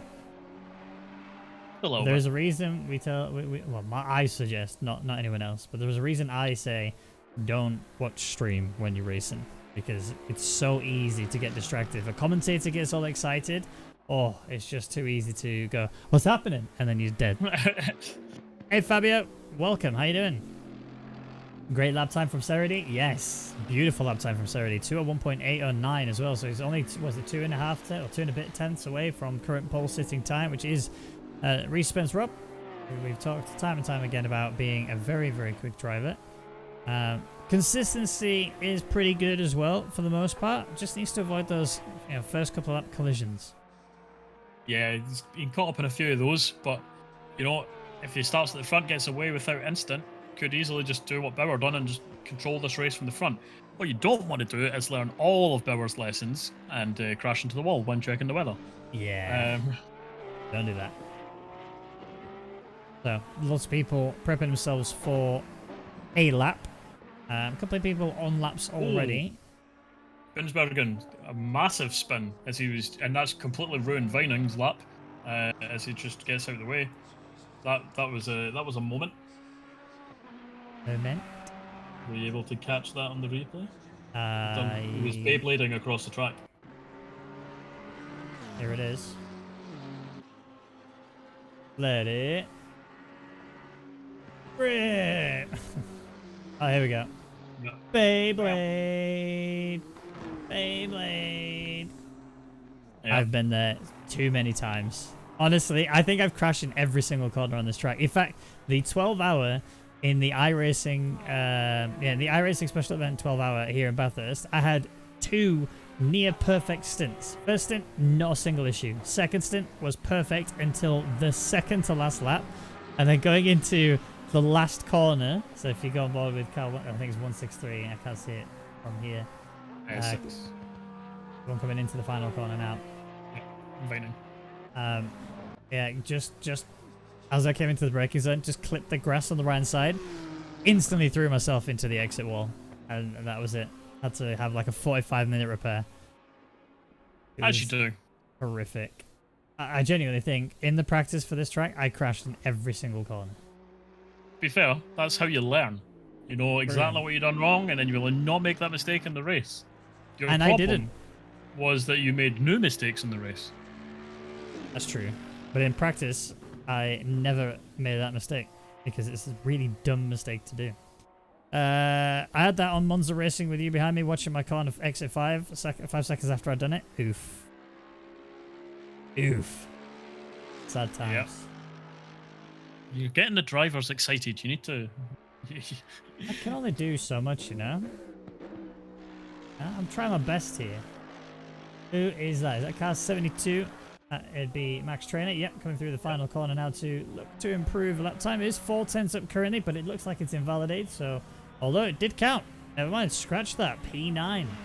So a good improvement from him there. We have a Chris Vining who's 4/10 up. We have Lagalante who's 9/10 up. But the previous lap time wasn't counted. So we'll see where Lagalante turns up when he gets the lap on the board.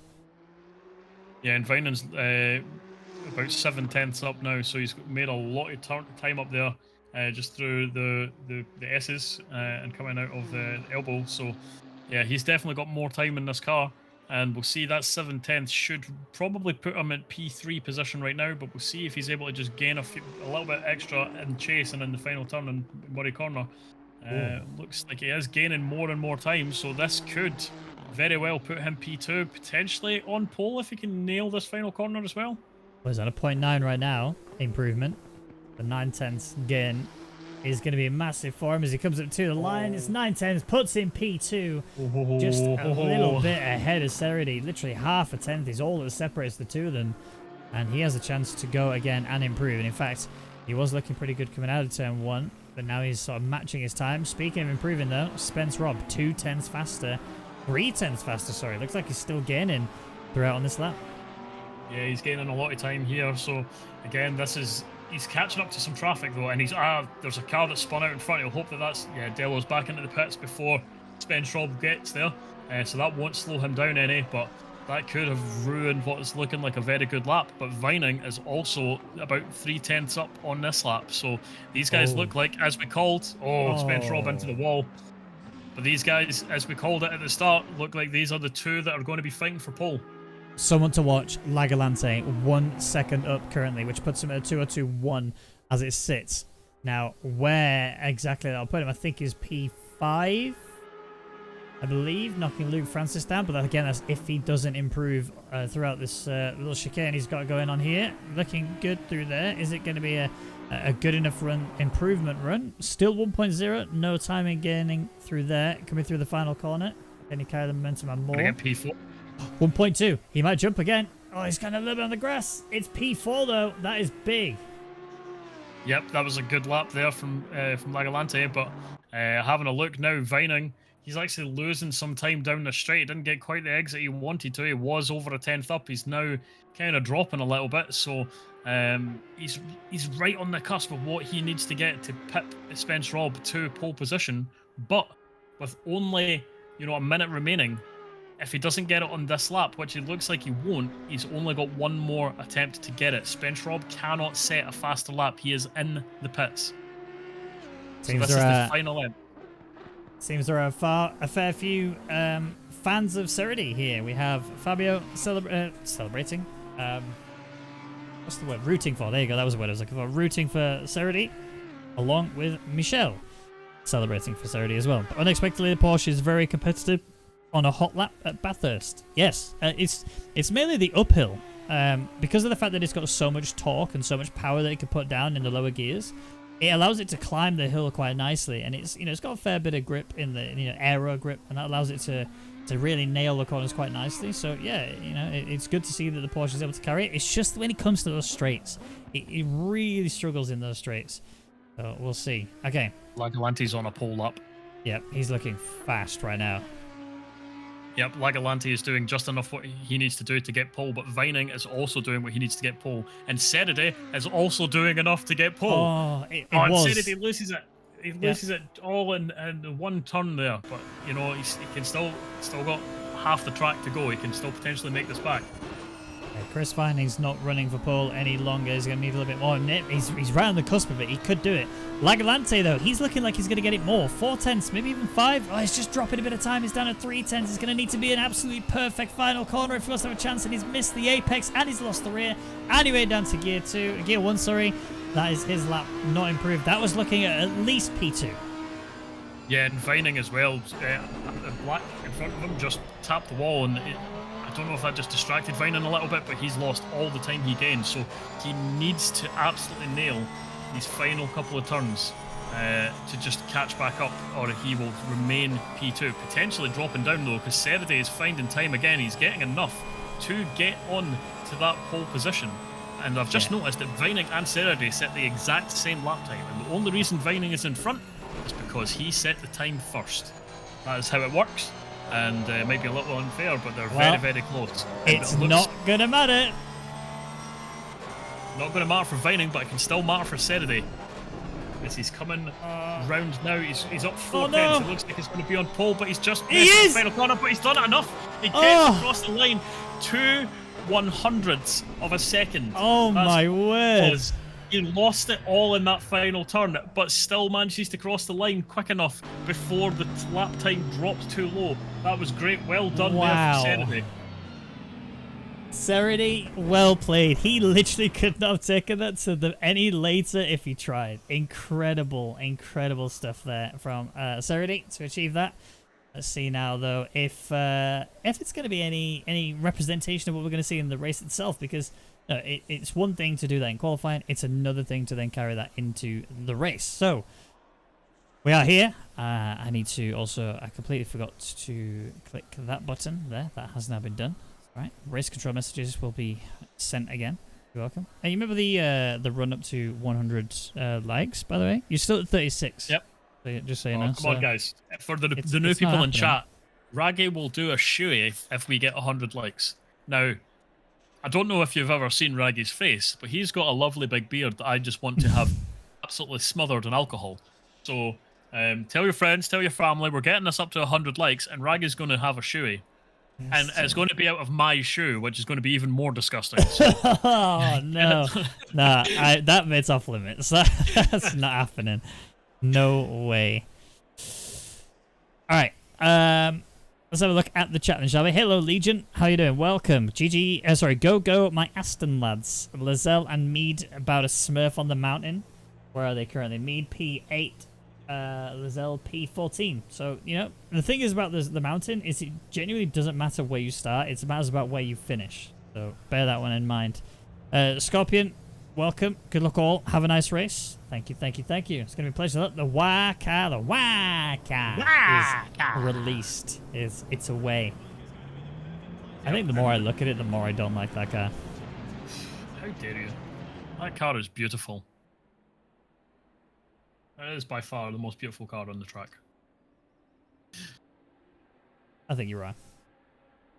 All right, let's catch up a little bit more. Got a couple of messages. So Fabio says, Super Seredy brings the Italian colours to the top crazy. Is that Romagna? Is that how you pronounce it? Romagna? Oh, near enough. Near enough. Almost nailed it. And then Legion saying, doing good, lads. Getting ready for my split in a few hours. Hoping to do the Aston proud. How are the boys in the booth doing? We are actually... I'm actually not that hot. I was really hot earlier, but I normally I close my window because I get quite vocal. But today I said I don't even care if I'm quite vocal because I am too hot. I have 2 fans on me, and they're doing a very good job of keeping me cool at the minute. So yeah, I'm pretty good. I'm pretty good. How is everybody in the chat? You know what? Don't even tell me. Just put a number in the chat between 1 and 10. How are you feeling? 10 being tip top, and 1 being you know. I want to see what I want to see the general consensus. 1 being like how Bauer's probably feeling right now. Yeah. 10 being how King's probably feeling. I think even King would probably put himself around about an 8, to be honest, just because he screwed up the quali. Yeah. And then his strategy call, which ended up working out in the end, could have been pretty sad. Kangaroos in turn 8. 7 from Lenny D, 69 from Prime. We'll take that. Number. That's a good number. Nice. A solid 8 from Legion. That's a good. These are good numbers. I like these numbers. Yeah. I'll take that. I'm just. Where do you think we're going to see some action in this grid? I think, to be honest, the Porsches are probably going to disappear at the start, but. Well, I think it's mental that we went from the first race where no Porsches were in the top 10 at the end of quali to having 2 Porsches, P1 and P2. Yeah. I think they've got the pace, I think, to just make a bit of a gap right at the start. Yeah. I think Vining's probably going to be struggling a little bit with the Chungus. I reckon I got a question for you. Are we? Oh, car 7, Ooh. 4-place grid penalty for a quality infraction. Car Legalante. 7 is like Legalante, who was looking like he was going to take a. He wasn't. He was looking. He was going to take a. Yeah, he was. Yeah, He was looking like he was going to take a pole, but ended up now. Yeah. Down. Way Was it P9? P10. Well, safety car. Well, yeah. Shit. I made that Yeah, mistake that's- every time I look at it. Yeah. That's a big oof from Legalante. All right, I reckon we're gonna. Question: are we gonna see safety car at lap 1? I'm going with yes. Oh, well, I'll go with no then. Alright. I'll throw the opposite to you. He hit the kangaroo. Oh, there you go. Then that explains it. Here we go then for the final race of the evening from the European guys, and then we'll have the NA guys a little bit later on tonight. Make sure you tune in for that one. It's going to be a banger for sure. But we got to get this one done and dusty, because I can tell you now, this is going to have all of the spice that you want to see in Bathurst. We're going to go on board with Serenity for the start of this Grand Prix. We're going to go into Helicam as well, so we can see as much as possible. Is Serenity going to get the start he needs going in towards turn 1? He's already got the right part of the track to secure the position. It's just the drag race that you're going to have right after it. Wait for the greens. Rosendale's looking feisty. And we are away. A little bit of a delay there from Serenity. That's allowed Spencer to get alongside of him. And if he can maintain that throughout turn 1, he might even just do so. Gonna get alongside. Bit of touch between the two of them. Actually touching the grass there from Spencer as well. They are literally wheel to wheel, drag racing it up the hill. Charging as hard as they possibly can. I think Serenity's running a little bit less wing, but the downside is he has the outside line going in towards turn 2, and Spence Rob has got enough speed to get back on the inside. Down the inside he goes in towards turn 2, and that is Serenity down 1 place, and actually might even lose another one if he doesn't stop the Lambo of Rosendal coming up through the outside. Yeah, I told you Rosendale was looking feisty, and that's him moving himself up almost into P2, but he just overextends his braking zone a touch, and that's making him fall back into P3, but he's definitely looking feisty this race. We have a car down at the back as well that's had an issue or two. I'll work out Yeah, exactly who that is. 28. That is 28, Lozelle. Lozelle. If we can quickly see what happened. Looks like the accident has already happened before 22nd lap. And he's actually come to a pretty much dead stop. I don't see very much damage though on that car, so I'm not sure exactly what has occurred there. Staying with 30, who apparently has lost the place to... No, he hasn't. It's just not updated yet. Alright, give it time. 30 is still P2, I assure you. Don't worry. It also says safety car is a race leader, which is definitely not true, so don't worry about that. Yep. Having a look though, Francis and Hussein look like they're pretty close together. Both kind of equal distance away from Vining. So they are keeping honest with these drivers in front, and we'll see if Rosendale is able to kind of make the move stick. Oh, But here he goes. he's Down the going for it. inside. He's going That's for a bit of a big send. Oh, Big too send. deep. Yeah, too deep. I told you he's looking feisty though. That's cost him a heavily amount of positions, but he's not afraid to go for it, and it's cost him huge right now. Absolutely, he's lost so many places just from a bit of overzealousness. I also have to, just point out that Spence Rob, because of how much fighting Serenity's had on that first lap, obviously they were fighting initially, and then as soon as Spence Rob got away, Serenity and Rosendale went side by side for quite a good amount of that lap. It's brought that gap to 3 seconds. So it's really quite an awkward one, to say the least. Adam Black is under attack here from Binsberger, I believe that is, who's just had an issue through turn 1, and he's now up ahead of the McLaren, actually starting to pull a gap. And so Serenity again fighting, this time with Chris Vining, trying to defend once more. The Nissan has so much stronger straight line speed, and that's what is allowing this fight to be so close. But you can see immediately, as soon as it gets to the uphill climb, Serenity's like, yeah, bye, see you, have a good time. Yeah, Binsbergen's looking like he's trying to make the attack now. I mean, all these drivers are so close together right now, and it's always one of the things where if the driver in front makes a mistake, you're going to get caught up in it because it's so difficult to get out of the way on this track.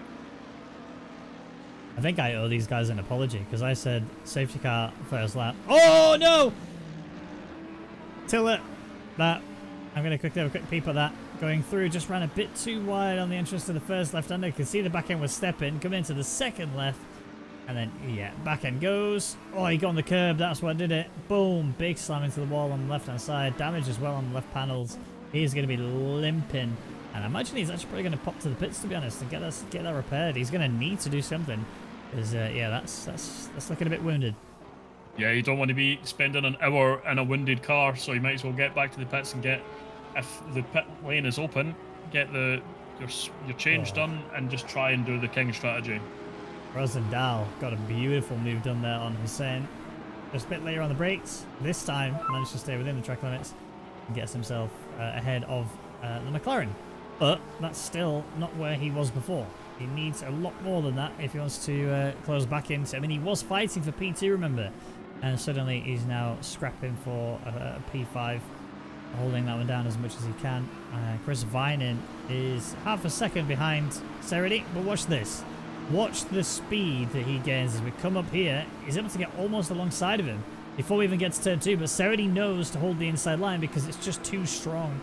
And again, he's able to keep the Nissan at bay. And then as soon as he gets to the hill again, he just runs away. This is the pain that Seredy's going to be facing for pretty much the remainder of this race until one of them makes a mistake. Yeah, I mean, Vining's got the opportunity though as they come down the Conrad Straight, because that is so much longer. You know, you can definitely try and make a move. If you get a good exit out of elbow, he should be able to get right onto the back of Seredy once again. But Seredy, if he, in his shoes, he just needs to make sure that the exits he's getting out of every corner are perfect. And that will mean that Vining, no matter how good he's got the straight line and how much toe he's got, he should have enough of a gap. Yeah, 100%. Okay. So the end of lap 2, halfway through lap 3, we have Spence Robb, who is about 3 seconds ahead of P2, which is Seredy. Seredy, who's been just constantly under pressure and under a bit of a scrap, although it looks like Chris Vining hasn't got anywhere near the gap that he had last lap. Yes, he'll have the straight line speed, and I can almost guarantee you that gap that he's got currently to Seredy is just going to plummet as they continue down here. He's already gone down from 1.4 to 1.2, 1.1 now. In the braking zone, he'll close in even more, and he's already, look at this, so close, but a bit of a backhand kick out there has actually caused him to just lose a little bit of time. That might be the saving grace that Seredy needs through here. Vining able to utilize the toe all the way up towards turn 2 in a second. Again, he's just looking a bit scruffy. A couple of mistakes here and there from Vining, and that is ruining his chances of getting the overtake done this lap. Yeah, he's just a little bit of back end stepping out. He'll be learning like lap after lap, you know, trying to see where he's losing it and rein it in a little bit. But I mean, as you say, he caught up so much down the Conrad Straight as we said he would. But now here up Mountain Straight, he's just going to get closer and closer and closer, but he's not going to be close enough to make a move. He kind of looked, he had to look up the inside, but that move was never on from, you know, 4 tenths back. Ooh, Seredy's hit the wall though. I mean, it looked like it was only minor. I think what Vining was trying to do was to put a mind punt onto Seredy. He was trying to scare him into making a mistake, looking in his mirrors to take his attention away from the apex just briefly. And it looked like it might have worked. Seredy did kiss the wall there.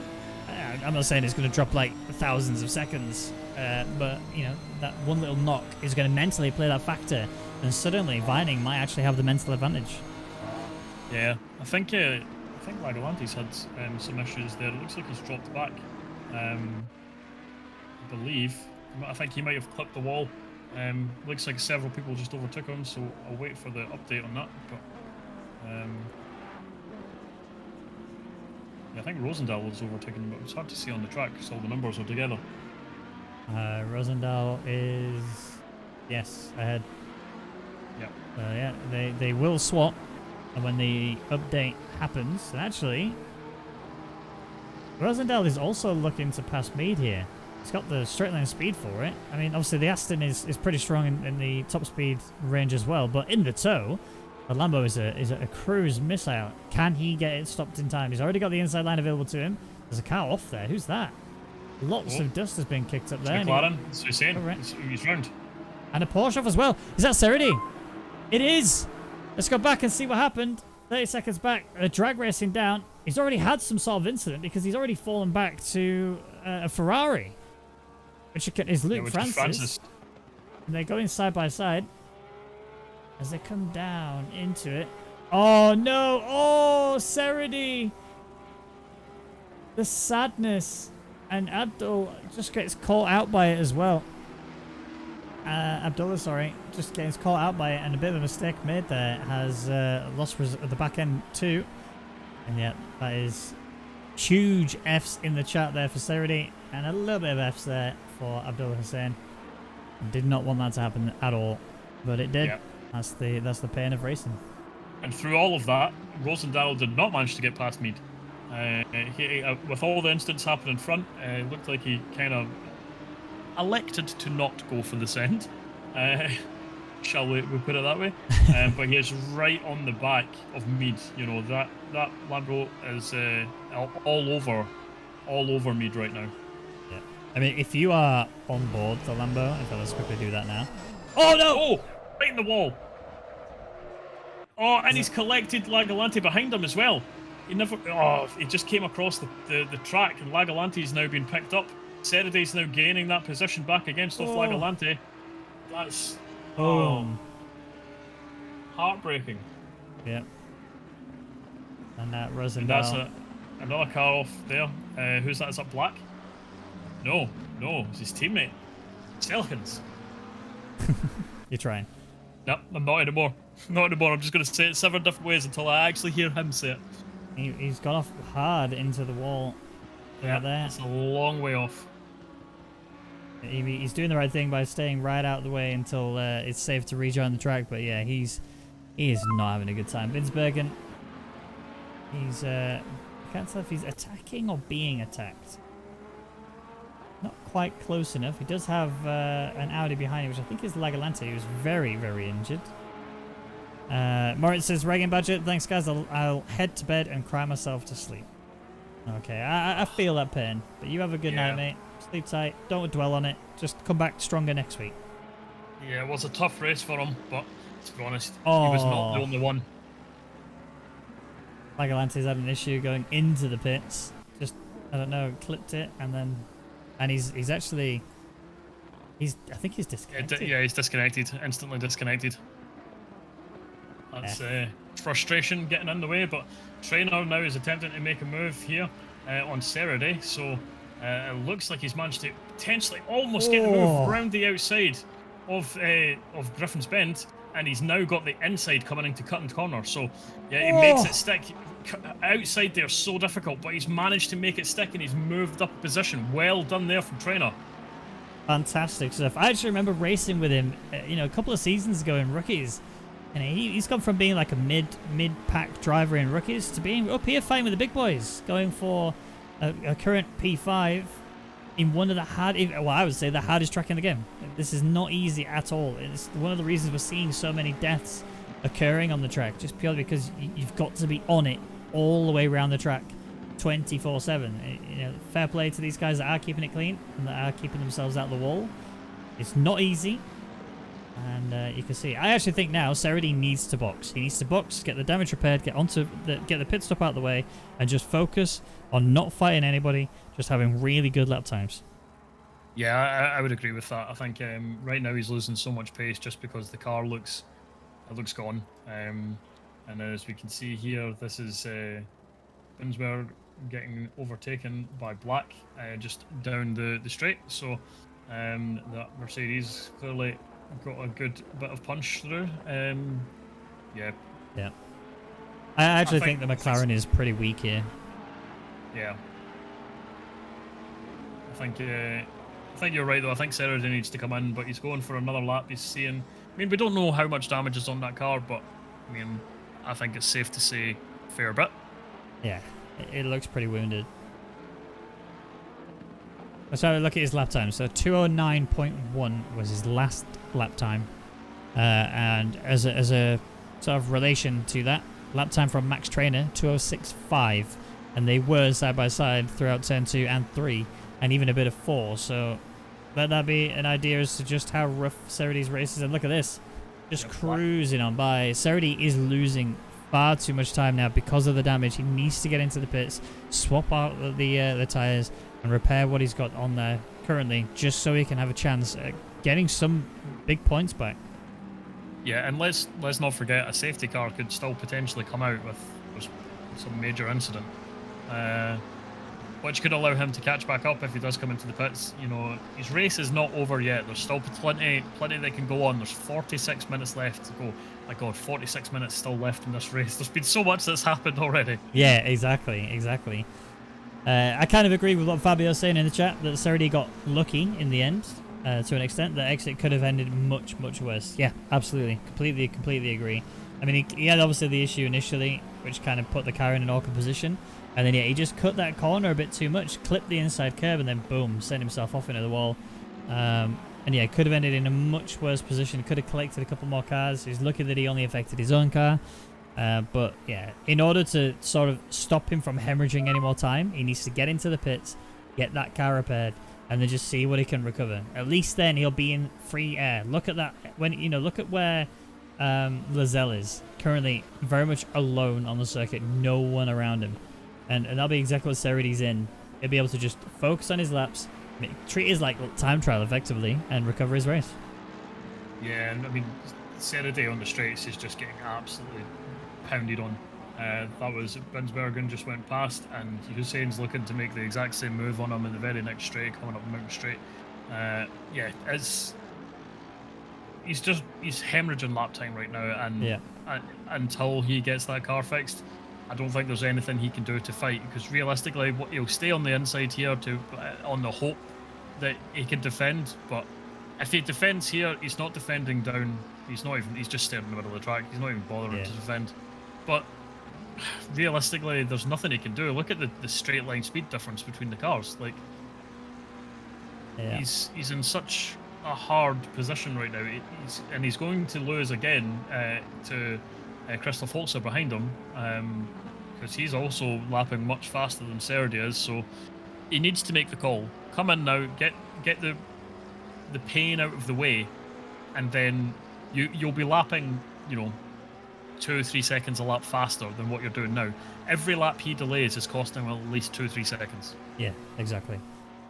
I mean, the other thing he's got to think about is you got to cut your losses here, but at the same time, you also need to then think about he's not going to be the only person to crash. That was not going to be the last crash we're going to see from anybody else on the circuit. There's going to be a few more at least. So, if he pits now, he's going to gain some freebies. He's going to avoid running into the back of someone because of the of how close he is to the people on the circuit currently. It just improves dramatically if he does chuck himself into that pit box.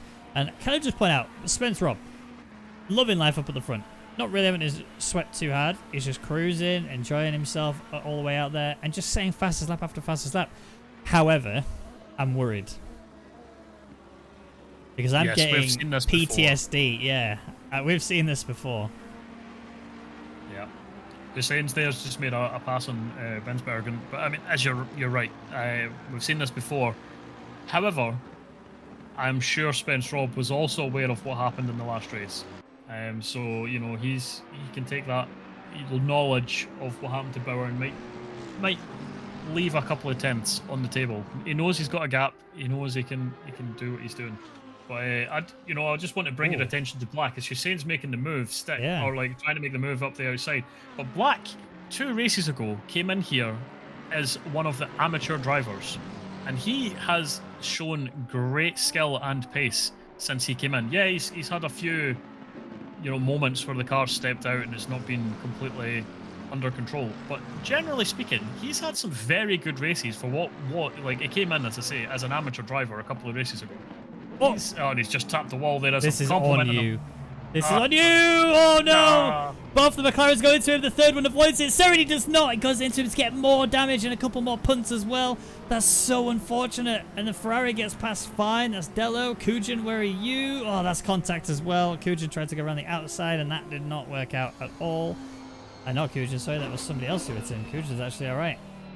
Kujin's just... he's through that. Oh no, this is on you. I'm sorry, Adam. Yeah, I'm sorry. You better get in his DMs and apologize hard. Get on your knees and start praying that he just forgives you, because that was a disgusting curse. That was upsetting. That's my first proper curse. Oh, this guy went from being an amateur to death. On you. I stand by it though. He's had some very good races. Recovery. Fill that hole back up again. Fill that hole right back up again. He's impressed me with how well he's been doing from people coming in, you know, just chucking his hat into the ring. He's done well up until I start talking about him. Good evening, Mr. Peabody. Wow, that's one of the best commentators curses I've ever seen. Agreed. I mean, I've done some commentators curses in my time. Mr. Peabody, because Raggy does them far better than I ever could. Viniecki on the back of Kujin. Actually lifting a lot earlier. Having a bit of a confidence issue there in comparison to Kujin. Not quite feeling as good as he possibly can do. I think the straight line speed should be favouring the Audi, but again, Viniecki is just more worried about crashing. Or just he avoids the wall, he'll lose time, but he's not dead, and that's the most important thing. He's P12 on the fact that he's not died yet, so keep that up. Is that P11 now? No, P12 is Black is in. Fabio says, I also agree with you. Antonio is losing too much time because of the damage. It's better for him to return to the pits and make the stop so he could try and catch up with his rivals at the end. Yes, absolutely. Yes. Absolutely. And he's in. He's actually in. He's listening. Good. He's listening. But I want to not get you too excited, but I want to draw your attention to our man, Christoph Holzer. He is currently in P8, but he is right on the back of Binsbergen. And a potential move coming. Binsbergen's just hit the wall. So he's going to see that and be a bit hesitant. He's going to be keeping in mind. Oh, there's a crash as well. That is the Lambo. That's a back marker. That's either Rosendahl or Tillett. It's Tillett. Tillett. Definitely Tillett. Tillett. Yeah, we'll keep an eye on Christoph Holzer because, like you said, he is closing in on his teammate Binsbergen. All three McLarens, 6th, 7th, and 8th.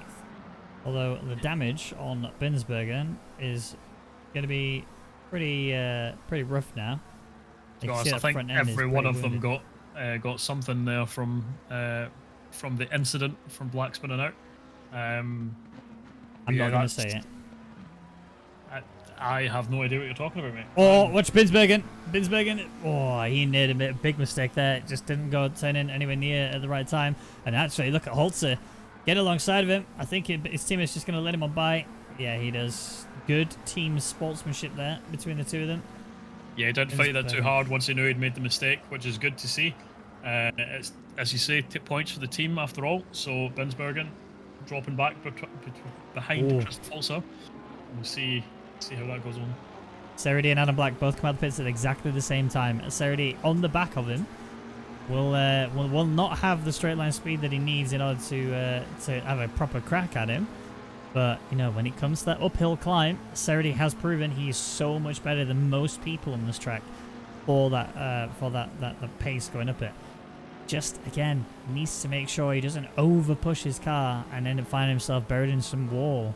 Is far too easy to do. You're really risking it there.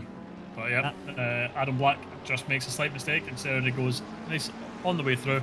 I was about to say, it's so difficult to make a move up the hill because there's just no way, unless someone makes a mistake, there's nothing to do. Oh, Seredy nearly rubbing the wall. That was calculated. Calculated. That was it. Is this calculated? Yes. I told you, Mr. Peabody. Calculated. Stick around. Stick around. No, calculated. Told you. He knew what he was doing.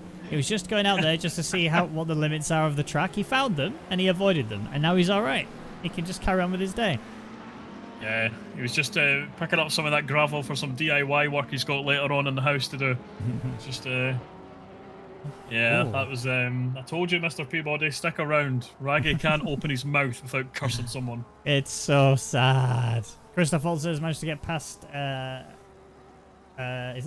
is he ahead of Hussein? He is not ahead of Hussein. No, Hussein is miles away from him. Never mind. Yeah. I just saw it and I thought, oh, he's got Hussein as well, but I forgot that his teammate is behind him. Ignore I said anything, don't get excited. Christoph Holzer is still P7, which is still something to get excited about, but not that he was P6. Yeah, I'm definitely going to be excited for my boy, Christoph Holzer. I'm honestly, it's so good to see how much he's progressed in the years that we've known him, and as you say, you know, up here, these guys, really fast drivers, driving on a controller, just incredible what this guy's able to do.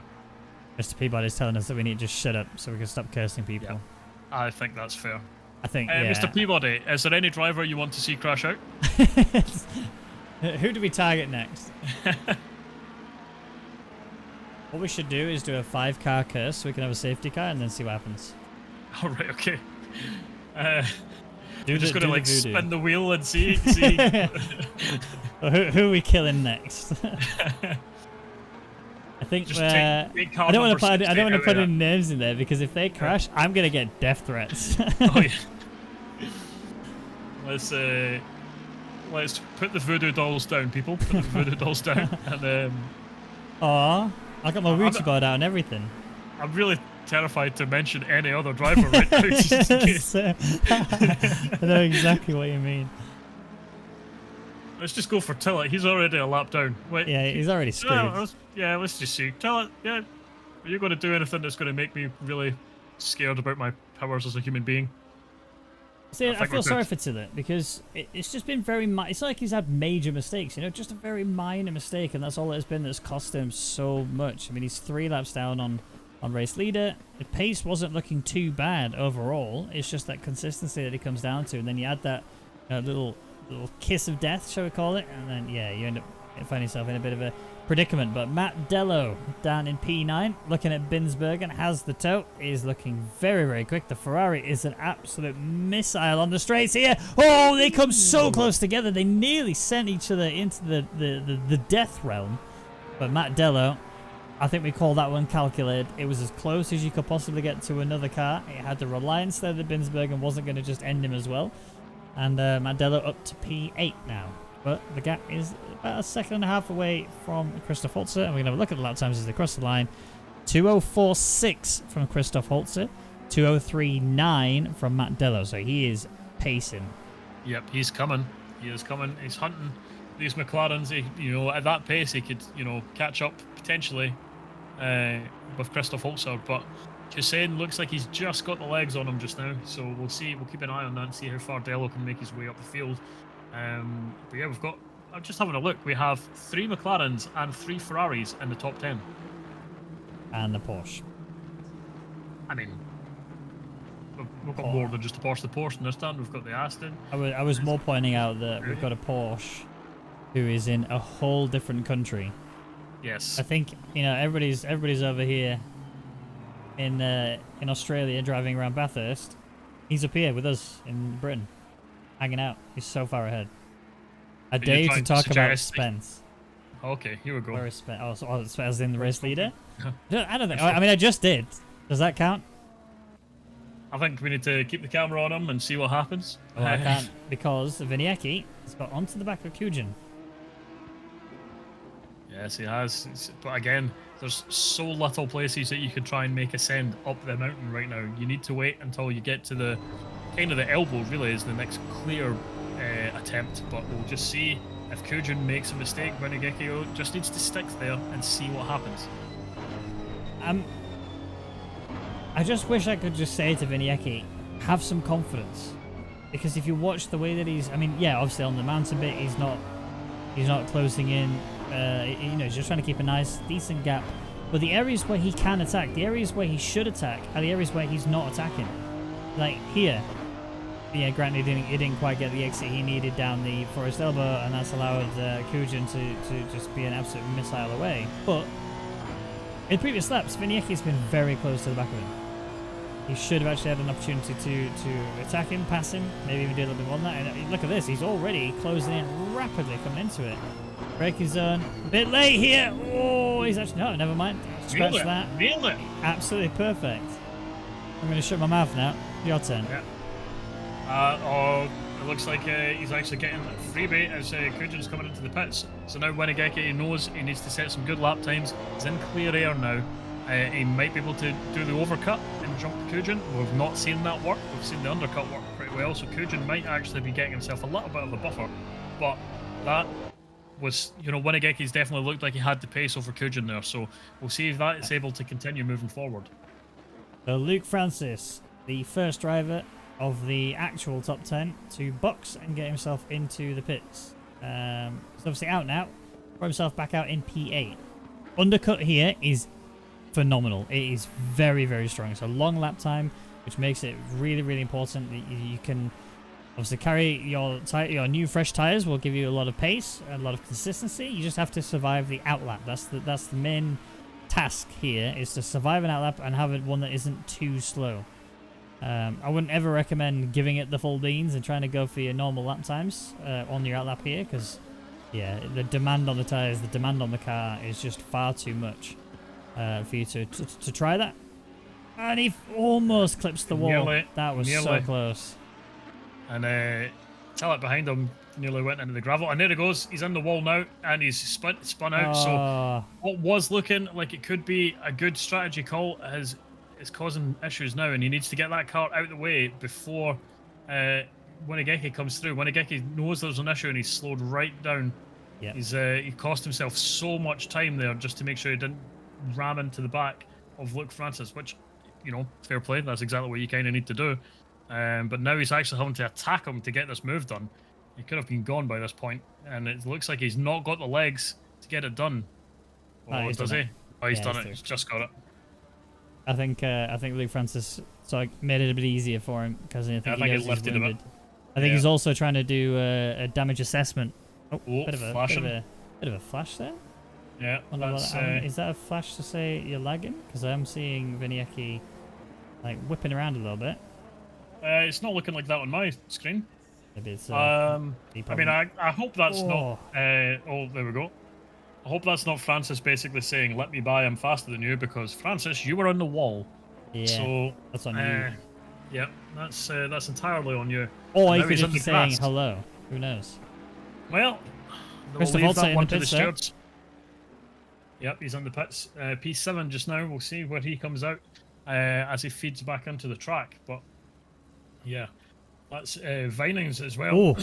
He's race leader, also in the pits. Good to know. Vining has managed to get back into P6 after his pit stop, so he's looking fairly decent. I don't think he's not going to be close enough to jump Spence Rob, but he might be. He might be getting there for like trainer. You know, he's kind of within that range. We'll see how that works out for him. This is a very interesting race so far. There's so many question marks because of the way the strategy game can work out here. There's so many pace differences, but also consistency differences. We've seen a lot of people find themselves buried in walls that you wouldn't normally expect to see buried in wall. Obviously, Spence Rob, so far, I'm both hands really again. Are you going to use those words? Go on, say it. Listen, I'm touching wood when I say this with both hands. He is doing a very good job right now. Lap times have been incredibly consistent. His pace has been much faster than anyone else. And I'm not saying it. I don't even have the balls to say it, because it would just be horrific if it happened. But the two of the Ferraris in. I'm just making a dive bomb there up against Wanageki. Wanageki leaves him the space and Francis is through, but to be honest, I think Wanageki could have defended that a bit harder, but Francis is back through. Wanageki didn't want to fight. He's got a pit stop he needs to make on him. So yeah, he's let it happen. And Francis now is on his way as Wanageki comes into the pits. Viniecki strikes me as somebody who is looking at this race as I don't care what happens, I just want to make it to the end of the race, and that'll be enough. I mean, to be honest, it's a really good strategy, especially on a track like this. We've seen so many people have issues, and it really does make a phenomenal amount of difference. I actually want to point out as well that Abdullah Hussein is... Oh, James Mead made a bit of a boo-boo. Abdullah Hussein is actually just now taken over and is your race leader. Granted, he still has yet to pit, but he will be ahead. That's not... Or was that a back marker? Yeah, James Mead is miles in front. Never mind. I just saw an Aston, put 2 and 2 together, and got 8. So never mind. James Mead is still your race leader, and Hussein is not. Till it's in the gravel again. He's messing that corner up every time he gets there, so that's something he's definitely going to need to work on, as he's caused another slight issue, but there was no one around him. Right now, Francis is catching up to the back of them, so we might see those flashing lights of anger again. We'll see. But yeah, James Mead right now is currently cruising. He's having a good time. He's got a lovely gap, about 25 seconds to Hussein. So yeah, but you know, Spence Rob, he's been in the pits. He's we're going again. Yeah. Oh, another one. That was Spence Rob, and actually Serity as well. So Serity is now a lap down on your leader. And they were, if you remember, at qualifying 1 and 2. So it's almost as if we're seeing them again in the qualifying. And Serity is going to want to sort of demonstrate what he is able to do, but he knows he can't really attack the race leader because he is a lap down. And the Lambo gets caught out, almost goes into the back of him there. That could have been very bad for them had it been a bit closer than it was previously. Yeah, Serity trying to stick as close as he can to race leader. But I feel like he's pushing himself too hard. Yeah, Hussein's in the pits just now as well, so we'll see where he feeds back out, where he's a long way off Spence Rob, but Mead right now, he's definitely not got the pit stop in hand that he would want, but a drive-through penalty there for car 93, which is Hussein. So speeding in the pit lane. Yeah. No, sorry. That won't be a speeding. That's warning, track warning. Wait, has he got track warnings? It just got cleared, so... Yeah, they'll be giving him a penalty. But... Right, okay. Well, we'll wait until the stewards send us the message from on high to let us know.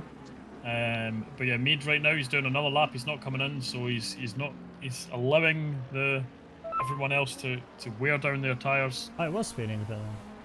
Yeah. Yeah, so it's probably now got a 10 second. They probably want to not have you because a stop go here would be enormous, absolutely enormous. I mean, it's not just here; it's in general. They do that across every track, but yeah, especially here, that would be rest in peace your race. Yeah. But yeah, Spence Rob looks like he's got this one right now. He's got such a large gap to everyone behind, and James Mead, when he eventually does come into his pit stop, he's going to filter a way back probably in say P4. So yeah, James Mead is not really a contender for this race win at the moment as things stand. Yeah, I mean, if we've last seen how race fast that anything, can change. Exactly. Yeah. If last race taught us anything, it's never underline anything, never dot your I's and cross your T's and all that lot, because honestly, you could be going, yeah, Bowers easy won this race, and then death. Just having a look though, Binsbergen looks like he's catching back up to the back of Christoph Holzer again. So these two are matching pretty consistently together. They seem to be chopping and changing who's doing the faster lap times, but Christoph Holzer looks like he's kind of got it just now. But they will be sticking with each other at the current pace that they're doing. Telikens is in the pit to serve his pit stop, and there's only one other driver then left to go, which is your current race leader, James Mead, who, like you say, when he does box and come out again, he will be around about P4, P5 territory. Well, Luke Francis did get held up quite substantially when he was trying to get past Viniecki. I think that was why he was getting so frustrated, is because he knew for as long as he stayed behind him, he'd lose a lot.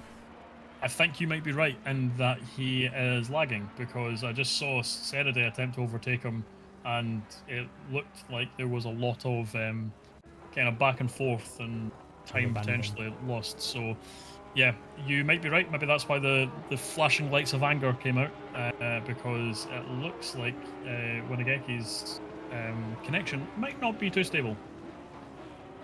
I don't actually know where Viniecki's from. That looks like the Monaco.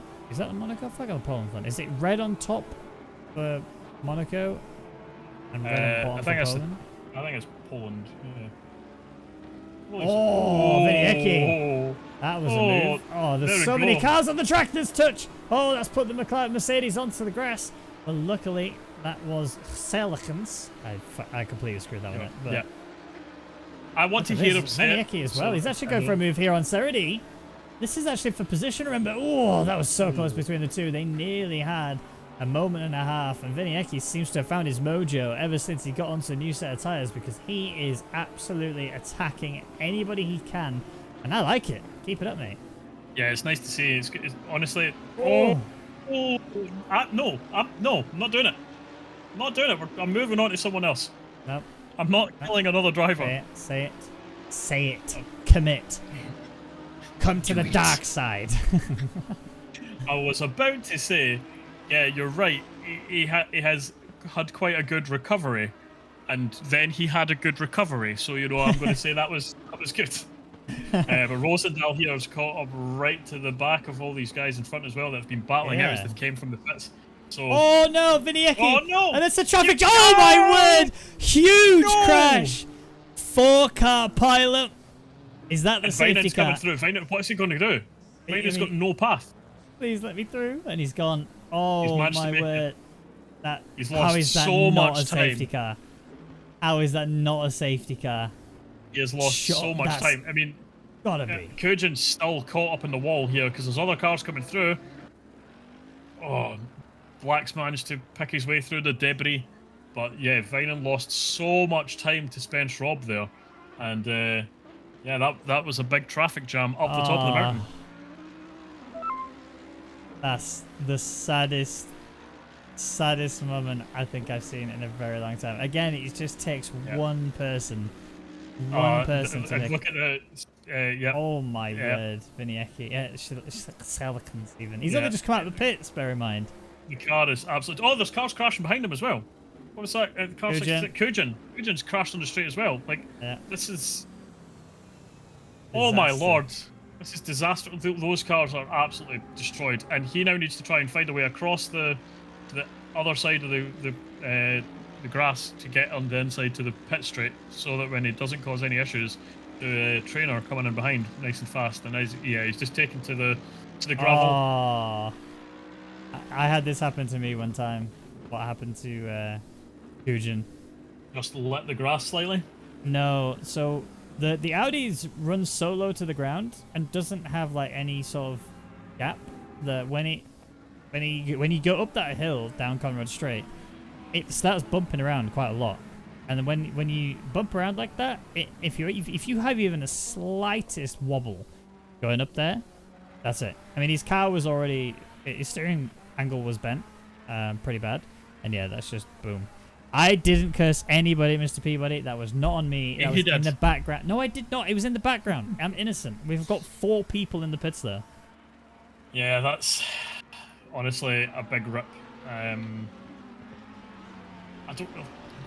There was the crash up the top of the mountain, which I don't even know who started that one, but that ended up to a 4-car pile up, and yeah, it's just been disaster for the rest of those guys all the way around this lap. And yeah, but as we say, finishing this race, like so you can still get points. You can still get good points because you're not going to be. There's still 18 minutes left to go. I guarantee someone else is going to make a boo-boo. Speaking of, I just caught it. I thought he went off. Matt Dello going through the final chicane and a bit deep. Luckily kept himself out of the wall, but had a big oof. How did he get in the pits from there? Magic.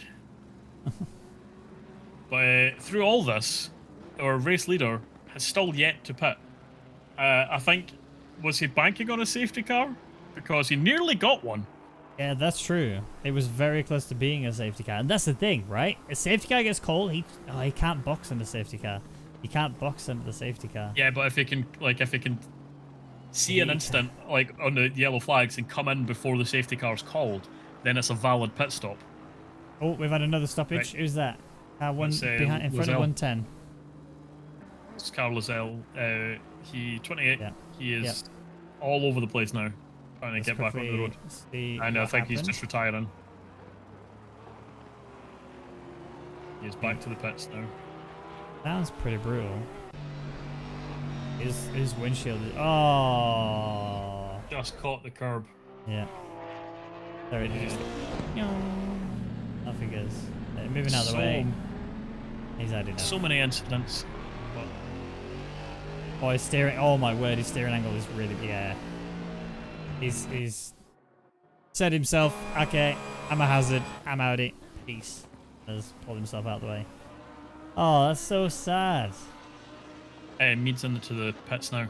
He's finally coming in for his pit stop. 16.5 minutes to go. Yeah, he's definitely going to drop down to about P4. So that is something we'll need to keep an eye on, just to see how far he falls. But looks like he's made it into the box all right, so he shouldn't lose any time. But we'll see where he comes out. But Spence, Rob, and Vining definitely going to pass him. Francis on the borderline whether it's going to be okay or not. It's sad. So sad. It's a sad, sad situation. But this is actually good news for, like we say, Hecerity. We said earlier how he needed to pit because he was hemorrhaging time, and then he would need to just bank on other people making mistakes, and then he could use that to then put himself in a position where he can gain a fair few positions back. Right now, based on his pace and also the consistency so far, he's trucked down. I was so nervous when he went through turn 2 there. All right, Elvis. He is doing a good job now of recovering his race, and he's up to P9. So yes, it's not the high points he was looking for, especially after qualifying on pole. You know, P9, even a P8 if he can get it, would be really good. Yep, and we've got another mistake up in front. That's Vinageki again. Oh, 2 of them. Yeah, and who is that? That's Spence Rob. Spence Rob's had an issue. No, I can see this. We're gonna have a look at it. What's he done? Oh, he turned it a bit too early. Oh, and he's hit the wall. That's damage. That's definite damage. Why? This is the exact same thing. This is happening again. Right, I think we just need to not look at anyone up the top of the mountain. Like, it's causing problems. Oh, no. This is literally what we had in the last race. 13-second gap to Vining. But he now has damage. There was the exact same corner as well. I think it was the exact same corner. There is no way this is happening. Oh, Is no. Vining genuinely going to win this race? How are we having 2 race leaders who are dominating the race by absurd amounts crash and take... Oh, we've had another crash. Who's that? 923, which is Vinageki again. Yeah, Vinageki again. He's having issues. He's having lots of issues. However, Vining, he's just coming up to Murray's Corner right now, and Spence Rob only making his way through Hell's Corner. So, he can almost see his prey. He can almost see him. He's got 12 seconds of a lead with a damaged car. How much time is he about to start hemorrhaging? Yeah, well, obviously, last lap, which is the one he had a crash on, was a 2:12.3. Whereas Vining did a 2:02.3. So he is 10 seconds better off now on this lap than he was last. So let's see if he can carry that one through on this lap. So, the sadness. This has just been a tale of sadness in so many areas. I mean, there's been a couple of wins, a couple of happy stories. But, oh man, you've got to feel for him. You've really got to feel for him. Yeah, I'm watching Spence Rob coming up the mountain just now, and oh my god, every corner, it's like, it just looks like he might lose it, and it's like so close. So we have another issue. Car 39. Do you want to go for it? Shall we try? Third time lucky? Telecons. I nailed it that time, guaranteed. But he is still sat still on the track. Yeah. And he's going to have to stay still on the track for a while because the gaps to the cars in front, the cars behind, are not big enough for him to actually make a move to get out of the way. So he might be able to make it out here in front of Trainer, but yeah. Oh no! Oh, he just lost the rear, went to catch it, it snapped and threw him off into the wall. And yeah, now he's say duck, waiting for his mummy to let him go. Do you want some happy news though? Go on then. The gap is staying at 13 seconds. Spence Rob's car does not look too badly broken. That is good news. That is good news.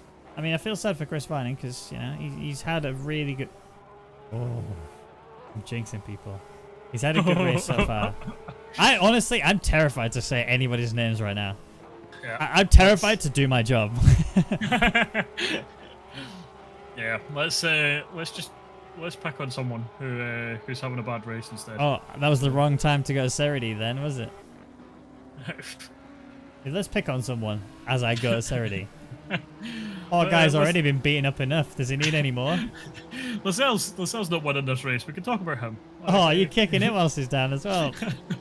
Kujan's actually... oh, he looks like he's had a really rough race so far. Commentator curse me, daddy. Oh, you've got it, big boy.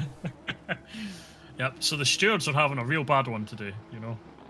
That Cam just doesn't know what he's up to. I'm curious to see what's going to happen out of the, if anything will even happen, out of the 4-car pilot that we saw. Yes, I mean, Who? We have car 38 Binsbergen, another yellow, as he was just overtaken by Dello there. I think Dello's a lap down anyway, so it's not going to matter, but Binsberg looked like he had a bit of an issue. Are we problem? Keep looking at Spence Rob. Not intentionally. I just want to see how bad his damage is. I think the gap is increasing. Yep, car 66, which is Kujan. Kujan's just sitting in the gravel and teleporting back to the pits. So it's a big rip. We even said 2 laps ago, Lascelles and Kujan. Oh. Yep. You said. I said Lascelles, you said Kujan. I did. See what he did wrong. It's the same curb. Oh, he actually hit the wall on the inside and then boom. Oh, wow, that was a big hit. That is a big hit. F's in chat for his rear end. Yeah. I think Viney made a fault last lap too. He had gained almost 0.5 a second or less that one lap. Yeah, he definitely made a mistake. He was a second down on his previous, or on his overall best, but about half second on his previous. So he's definitely made a slight mistake somewhere. But yeah, I don't think he's quite got the legs on Spence Rob to catch him. Binsbergen in the pits. Serity through up to P8 now. So the recovery is still on. Just needs to continue doing what he's doing. Don't screw this up. I'm not taking blame if this goes wrong, by the way. I mean, I think we should. But, yeah, there's a very large gap between Serity and Christoph Holzer, so this is probably all Serity can recover unless more bloodbaths occur. But yeah, hopefully, we want Christoph Holzer to do well. He's our boy, so hopefully he can hold on to that P7. Maybe P6 if something else happens in front of him. See. Well, there is an opportunity for it because Abdullah Hussein is only 2 seconds away from Luke Francis. Luke Francis actually made a bit of a boo-boo going through there, so that was less than ideal. And we've got a few messages to catch up on. So Cameron Farmer, our head steward this evening, race director, says, no penalties for that pilot, just sadness, but everyone did well.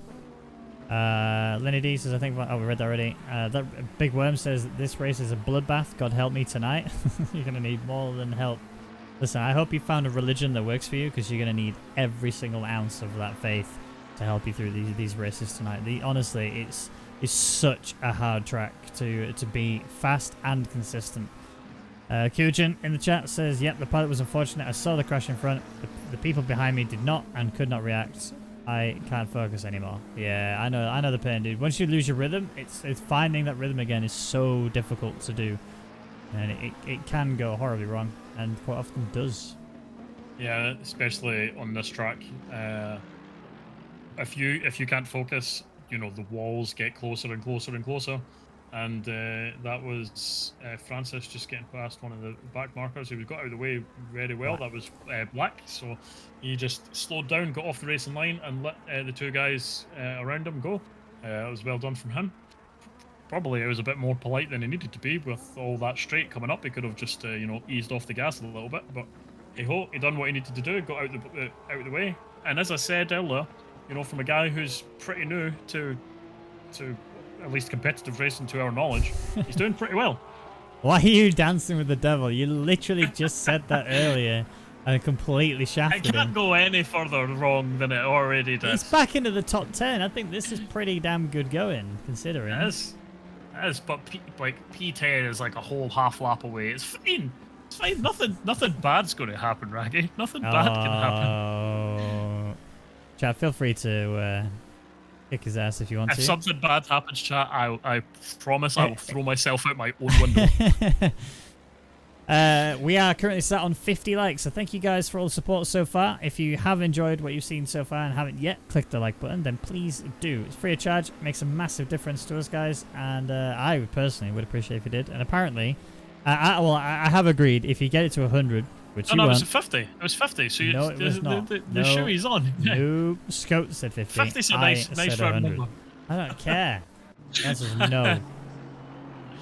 Come on, guys. Come on. You need to embarrass him. After all the curses that he's bestowed upon your favourite drivers, we need to get him back and I'm get. not taking responsibility for that.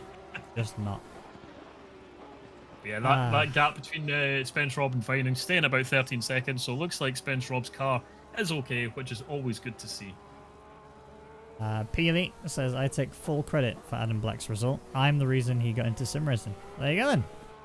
Happy Good days. news. So you'll also take the full credit for the slight mishap he had earlier that had nothing to do with me? Definitely all you. No one else. No. Please no. Please Good no. morning, Emily.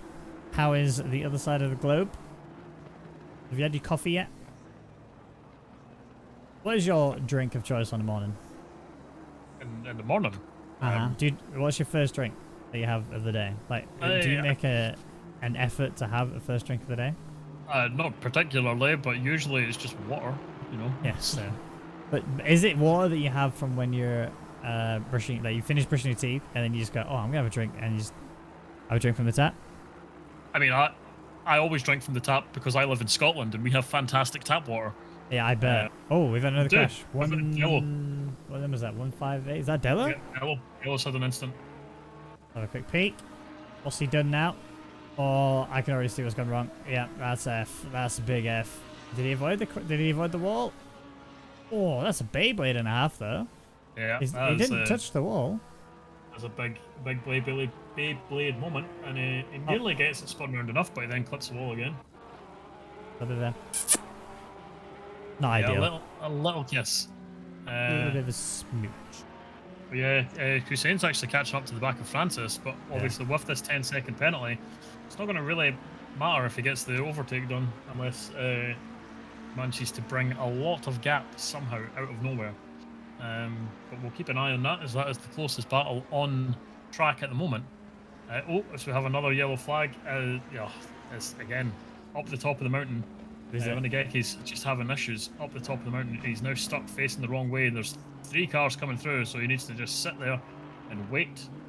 And now wait probably a little bit more for the next car along. Oh, good read from the Aston there.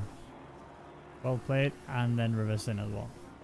When we get a yellow flag, if you can read the number out every time, just because I'm looking at Streamlabs rather than the actual game itself, and the numbers are tiny. Oh, we got another one. I know it's not. It was just. No, it's just 70. Yeah. He's just getting back onto the track, but he's now crashed into the wall again. Why did you have to say he's done it again? Oh, and he nearly took out Tillett there. Oh, that's. I can't believe you tried to pin that one on me. I'm definitely pinning that one on you. No. You tried to say Scotland's got rubbish tap water, and I just won't stand for that. I won't stand for it. I was never going to say that. How often do you have to clean your kettle? Or does it get like lime scaly and stuff in the middle of it? I'll be honest with you, I've never looked. I imagine so, though.